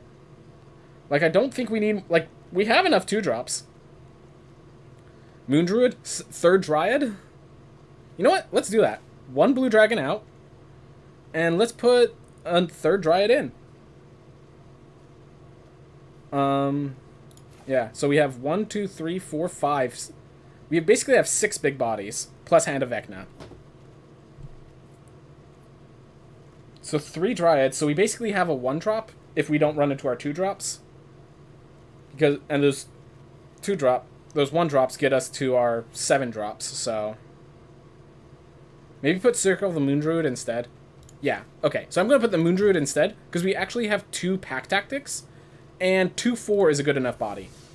And whenever Winter Dryad is always a sack trigger, not really a... It's really just stop a little bit of damage, then sack trigger. Alright, I'm going to hop off here. Good night, peeps. Good night, Suicune. Thanks for stopping by.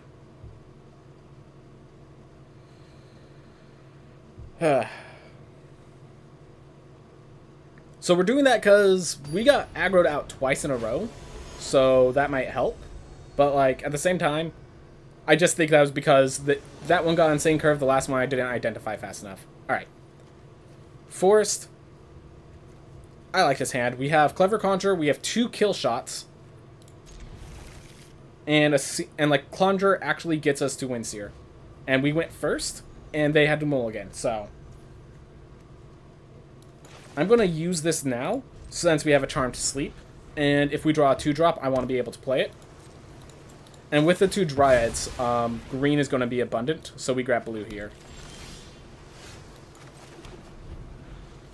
Alright. If we draw a land, here, I'm going to go Moon Druid first.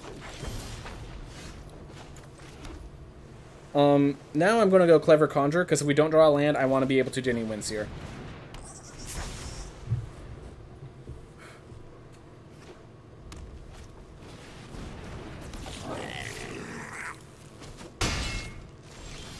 Alright, we drew the land.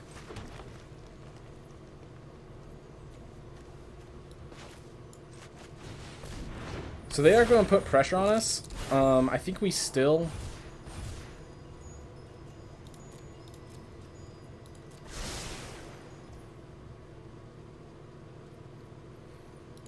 Yeah. That might be a bad keep on my part. Just going to be flat out. That might be a bad keep.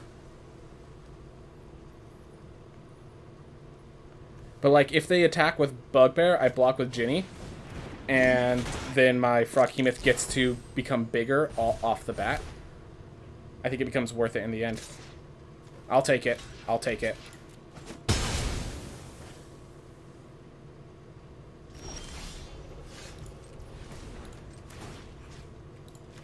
So they do have to double block, or they have to have Burning Hand specifically, or Dragon's Fire with a dragon, you know?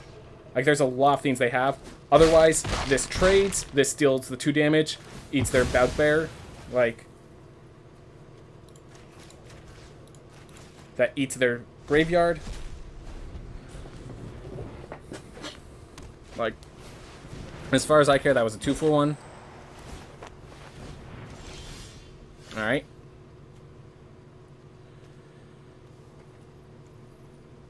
Again, Moon Druid. Underdark Basilisk. I have 2 blockers for Soul Knife Spy.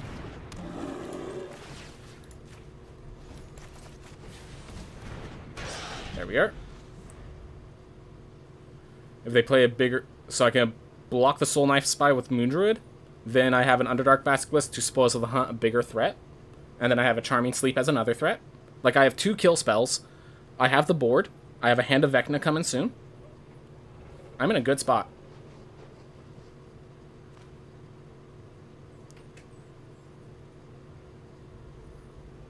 Shocking Grasp would be a very bad card to run into right now, but I think be alright. Alright, so they Charm Sleep there. So if I block, they still get the card draw. So I'm actually just not going to block. Now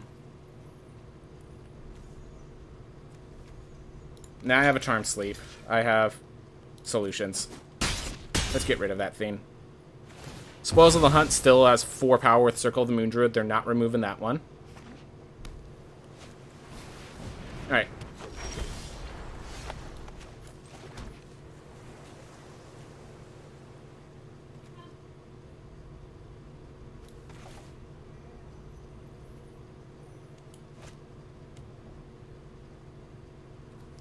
I do want to play Hand of Vecna, but then I'm just going to be leaving it up. And I'm going to be... No, I'm just going to Spoils of the Hunt now, so I don't have to worry about that later. Because if they have, you see a guard approach, I don't want to face that.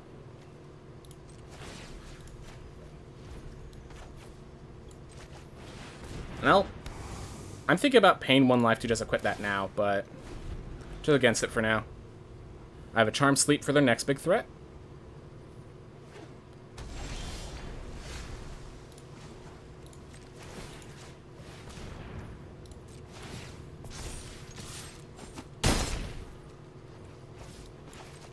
There we go.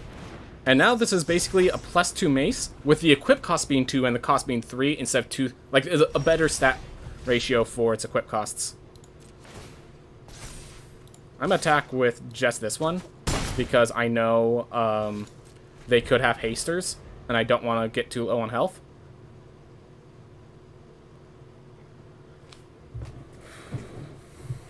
Like if they get a blue dragon or something like that. That's a decision.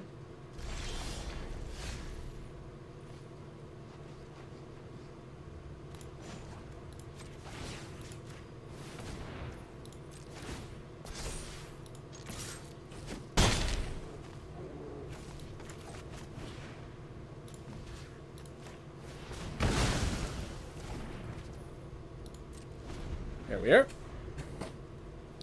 We have lethal next turn, and we have a charm sleep to help get it through.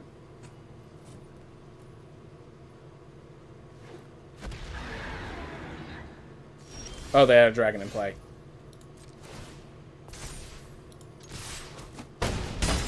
Yep. Hand of Vecna doing its job, being a good card.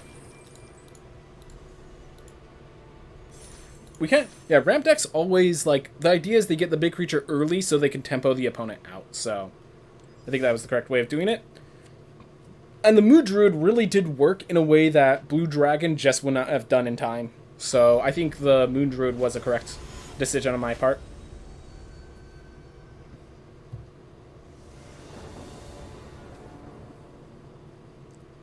Alright. So we get Evolving Wilds tapped for a green for the purple worm.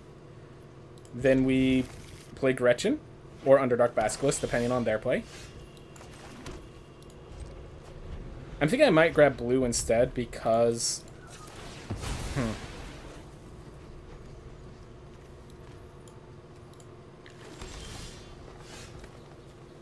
Considered it. Alright. So their color combination, I'd rather have with Twitch Willow for in case of Hulking Bugbear to stop the attack. So Suicune had to go. Weebish had to go. Thank you both so much for watching. Have wonderful days, everyone. Labradroid giving them their happy goodbyes. Alright. Play Moon Druid. Alright. We really need that fourth land. We started with 3 lands and drew only non-lands. The 4th land will allow us to contact, which will allow us to get to our 5th land pretty easily, which will get us to Froghemoth, which will get us to Purple Worm, which will get us to Blue Dragon. Like, if I could just get that 4th land, we are solid. We had 4 draws at it, and we got 3 big bodies instead. Did we go first? No, they went first. You could tell by the difference in mana, because we haven't missed a land drop yet.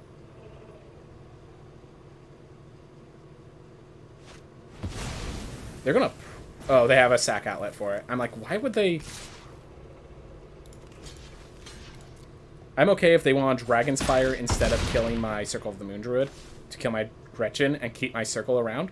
But yeah, they're gonna Deadly Dispute here. Yep. So we're facing the Black-Red Sacrifice deck, which is the hardest deck to face. Alright.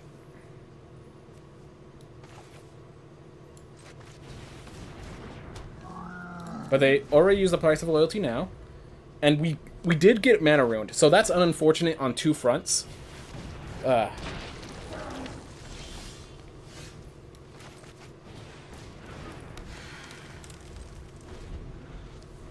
probably should have just sacrificed on my turn to prevent Zombie Ogre's triggers.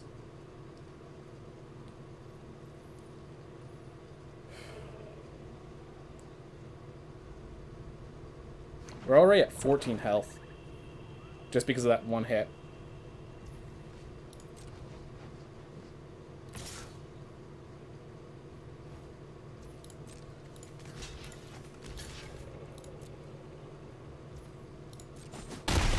So here's the idea. I want to sacrifice it after the end step begins. Alright. So if Gretchen's going to die, I might as well kill Neverwinter as well. Get myself my forest that I was looking for.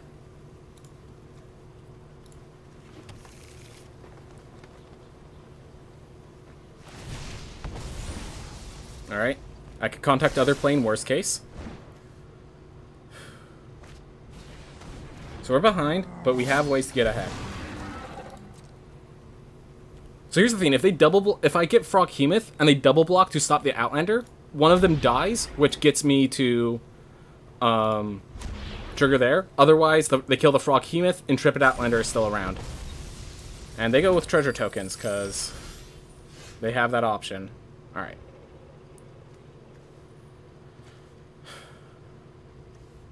I think I have to contact other plane on my turn to try to get that land drop.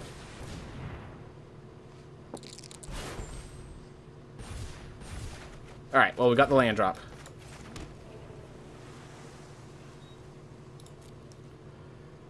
Okay. Underdark Basilisk, Cursed Idol does take out some things. They are ramping, though, in a way I don't like. Alright, well, they have to spend a combat trick now, which is a positive for me. Alright, so they Deadly Disputed their own creature. So they were going to get that anyways. That feels better. That makes me feel better. I'm going to get 3 life gain when I attack with Froghemoth.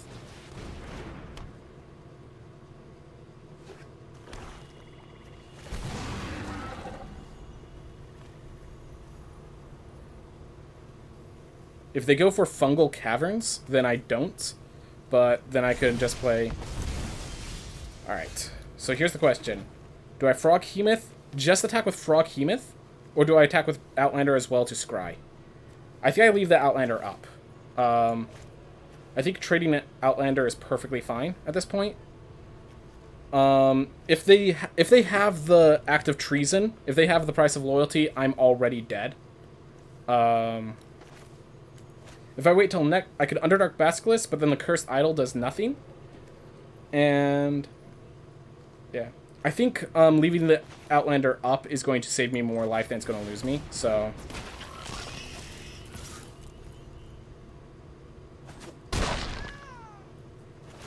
alright.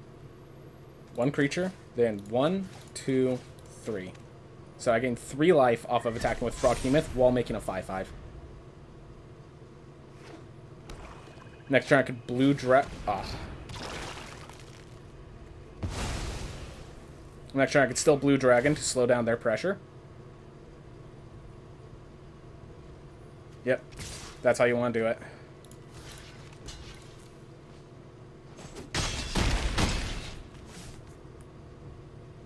Alright. So the very least... So it looks like the Gelatinous Cube is unfortunately going to eat my creature. But I can slow them down here. -3.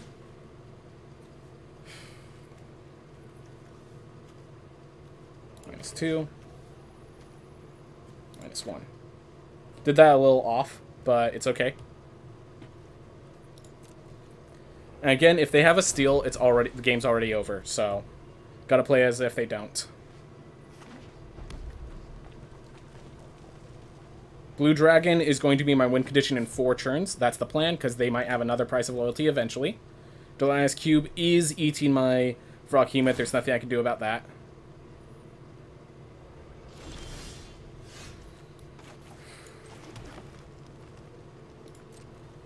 No Sneaky Reach.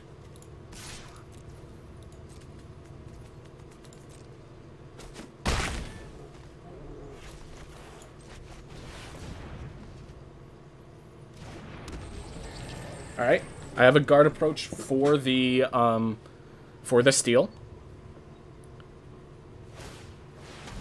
And if they are smart enough to just Valor Senior to buff the creatures that I can't block, I can tap down the Gelatinous Cube or something of that nature. And they instead give their creatures Menace. So I can only block 1. Darn it. So if I mean, then... They just got the Baleful Beholder. There was nothing I could do about this. Alright, so I could tap the 4/3, but that doesn't actually solve the issue. Because now they just attack with all. And I die.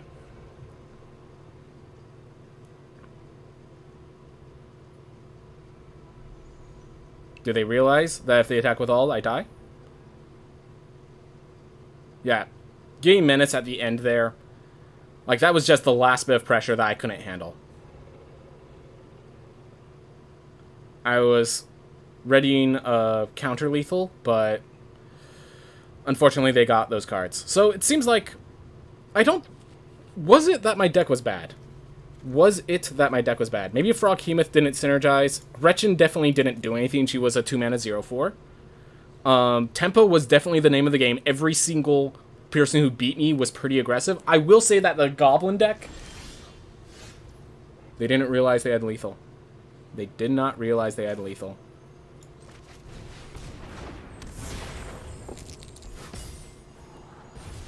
A little late.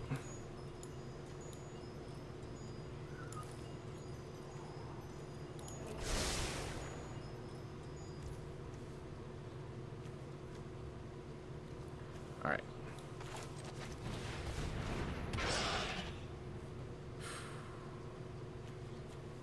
So I think the correct answer here is actually to attack with a purple worm.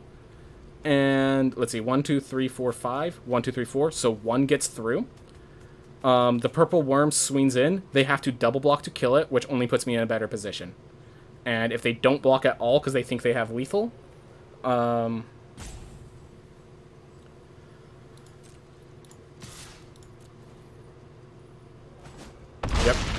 Alright. So that tells me they think they have lethal. So I'm just going to do this to gain myself 1 life. That is literally the point of this play. To make it just a little harder for them to actually make it. And now my blue dragon threatens lethal right back. They did not see their victory. Alright, 50 feet of rope does not stop blue dragon. They draw... So they missed lethal last turn, and I'm actually win... It looks like I can win this turn. Because as long as blue dragon lives, and they don't have a second price of loyalty, I'm good. They did draw through half their deck, so I don't know how many price of loyalties they may have gotten. But if they didn't get it... We made it. If they didn't get it, we made it. Oh my gosh. So in case you're wondering, they had lethal on board. They had lethal on board. I was tapped down on mana. They just didn't realize it. They just didn't realize it. By the way, I was happy with 3 wins, but this is an extra 400 gems and a pack. Like, this is very much happy. Next win, I'm getting plus gems from all this endeavor. Like, is Menace just can only be blocked? Okay, so it must be blocked by 2 or more creatures is what Menace is. So I have to put 2 creatures in front of it to block. Obviously, that means if they attack, and I only have 2 creatures to block, they had 3 attackers. So I attack, and I have to double block to block 1. All of them had Menace, so I only could block 1 even though I had 2 blockers. As long as I had 2, like, it was alright. But they saw me play the Yuhira Guard approach and just assumed, alright, I don't have lethal anymore. Alright, Clever Conjurer into Owlbear. And we have a Null Hunter along the way, I didn't even realize. Yep, this is a perfect curve. And it curves straight into Owlbear. So yeah. So they had triple Menace, which meant they could get through without having, like, they only had to worry about 1 block entirely. I'm just gonna sack for the forest now, make them think I'm a less intelligent player. I don't think green actually tells them anything about their decisions.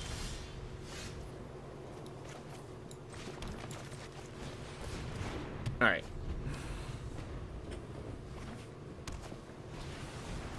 That's good for me.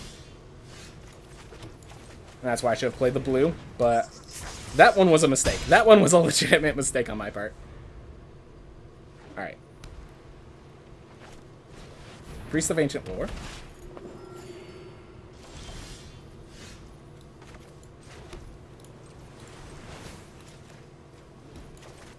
We're gonna wait, because next turn I can attack with Null Hunter and make turn into a 3-3. So I can also Hand of Vecna equip and just wreck their teeth in pretty hard. They equip the +2 mace. I am happy with their turn. With that turn. I could land Hand of Vecna, equip, get 2 4/4s swinging in. Actually, I think this is going to be a 5/5. Like, look at me. I am the tempo now. I am the tempo now.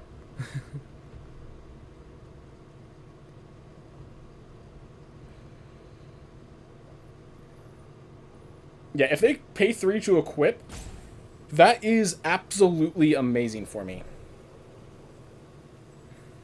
If they attack, all the better. Alright.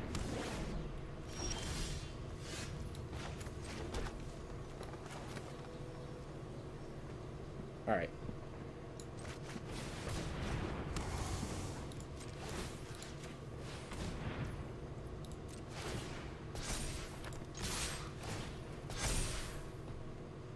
There we are. Null Captain is now a monster. Or Null Hunter. Now I'm just going to leave the Neverwinter Drain in my hand for now. If they play a threat, I could Charm Sleep it, and then just keep cracking through. Alright. I'll re-equip, attack, and Charm Sleep that. Probably. So yeah, they had some... Other than +2 Mace, they've had no bad cards.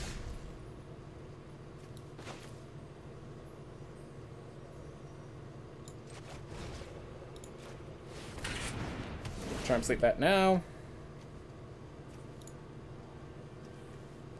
So here's the thing I'm trying to check. So I'm going to deal 5 damage. Yeah, okay. Pay 1 life for each card in my hand to a re-equip.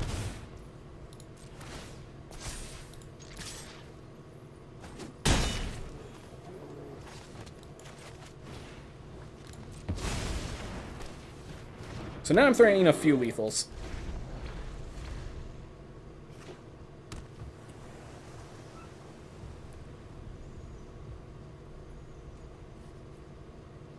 I can actually re-equip, attack, and then just sit there. With Clever Conjurer, I can just leave this forest in my hand and know that if I draw my 7 drops, I can still play.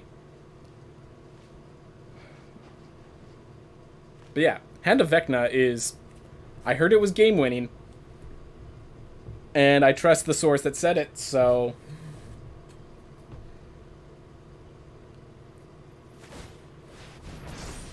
Four, 3.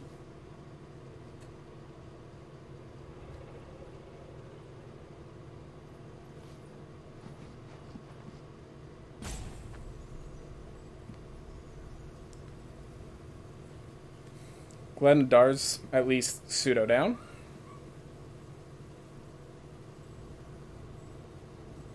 I think Spoils of the Hunt makes lethal. Yeah, I have a few ways. I think they have another Charm Sleep, maybe a Minnows Containment, but they're trying to figure out which one to tap down because this one has the hand on it, but this one is the bigger body.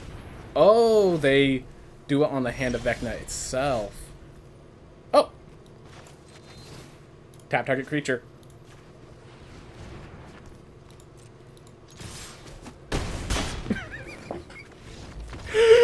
I told you, you hear a guard approach is good. I told you it's a good card. Won me 2 games, albeit one of those games because they didn't understand that their creatures had menace. Alright.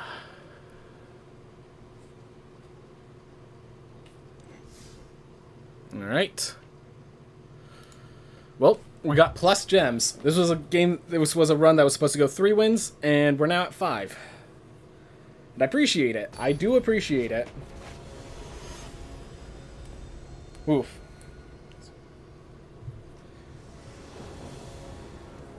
Alright. Island. Intrepid Outlander. Into... Oh, I can actually... So I can Neverwinter Dryad first. No, I think I go for Island first. And depending on their color is whether I'm going to go for Prosperous Innkeeper to do a Neverwinter Dryad to go for health. Alright.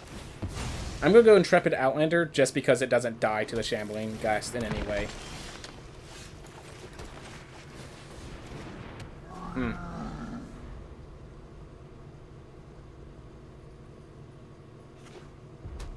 Like to draw a land, but I'm okay if I don't.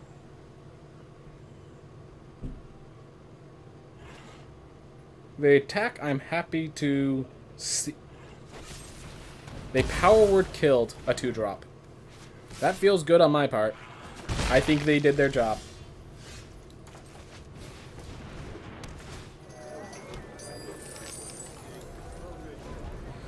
Not drawing the land hurts, but I knew this was a possibility.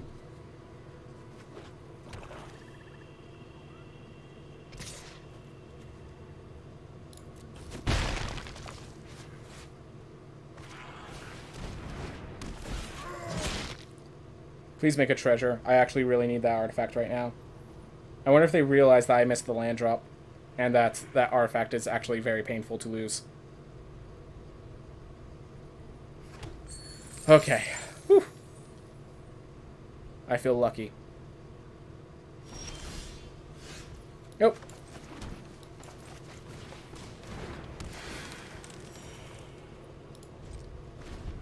And I have a spoils that actually allows me to kill the plundering barbarian because it gets +1 from the treasure, which is hilarious. How to take the phone? What happened to that other game? I thought it was lost. He made some mistakes.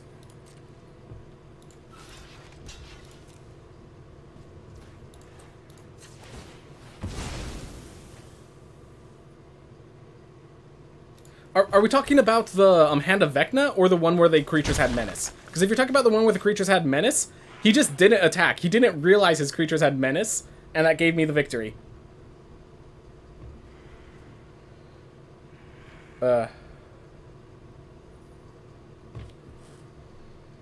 Yeah, he just didn't attack, and then I just managed from there, because I got to 7 mana at that point.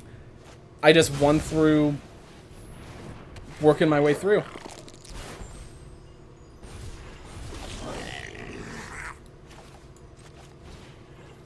Alright, let's draw land, please.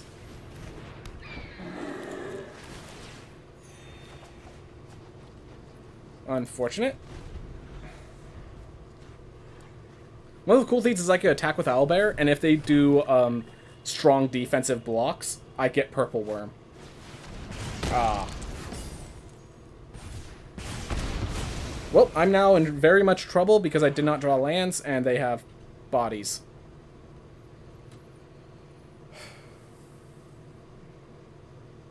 Do I block the Shambling Ghast? 4, 5, 6, 7, 8, 9. Blocking the Shambling Ghast does not get me any closer to surviving.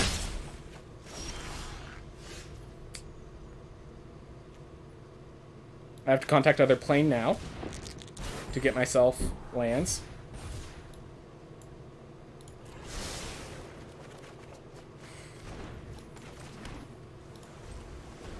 I think I use this to tap down their swarming goblins, just to make sure they don't kill me.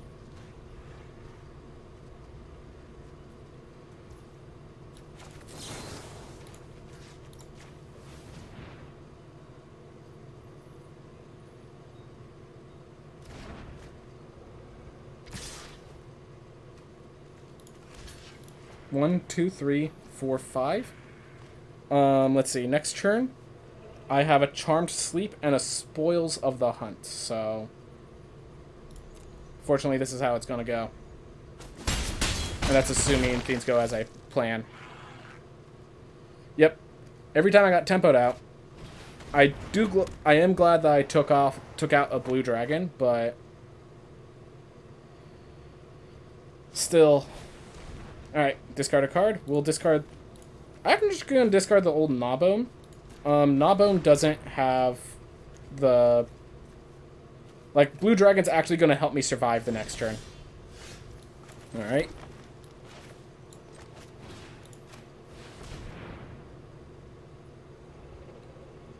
They're going to Deadly Dispute here.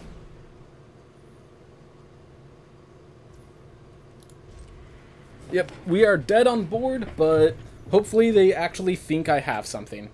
But yeah, this was our second time we were dead on board, and they didn't play knowing.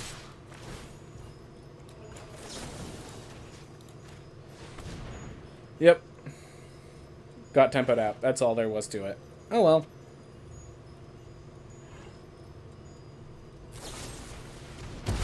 They had another... Okay, hold up. They had 2 Power Word kills.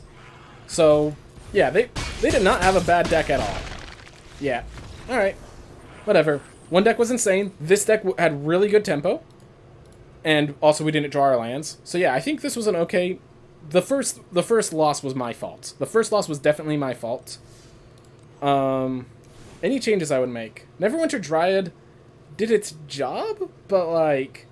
Its job wasn't that good. I do like it. I do prefer it to Find the Path, I think, still. We didn't have enough to make that worthwhile. Frog Hemoth did not perform as well as I thought it would.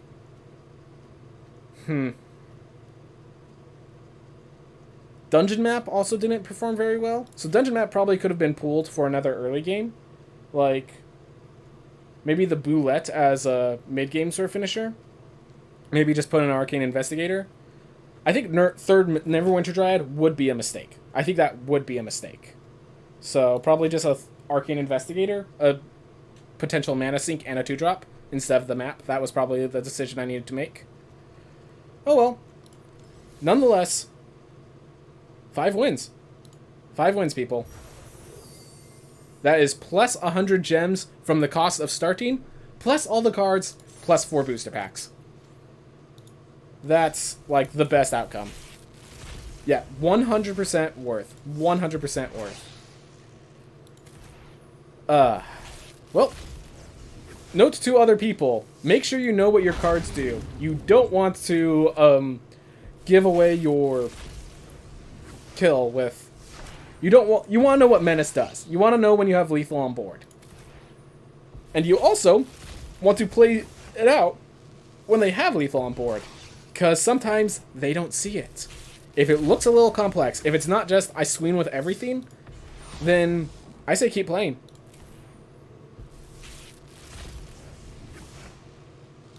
Also, Hand of Vecna is amazing. Don't pass up Hand of Vecna. That turned me from a control deck to a tempo deck 2 or 3 times. Won me every time it was in. Like, Hand of Vecna is a good card. Don't deny Hand of Vecna in draft. Just because you don't get the pieces. The other pieces of Vecna, Book of the Dead, not really synergy in this format. The other one is card draw. But, like, how many decks can pay life to card draw? That sort of stuff. Anyways, everyone, thank you so much for watching. I hope you all have a wonderful day. And with this, let's go raid a channel. Whew. Halien's playing Hades. Let's do more Jim the Internal. He's playing some more Noita, so we'll see how that fares. Whew. So I'm going to just pop into his over here. Alright. See you guys there.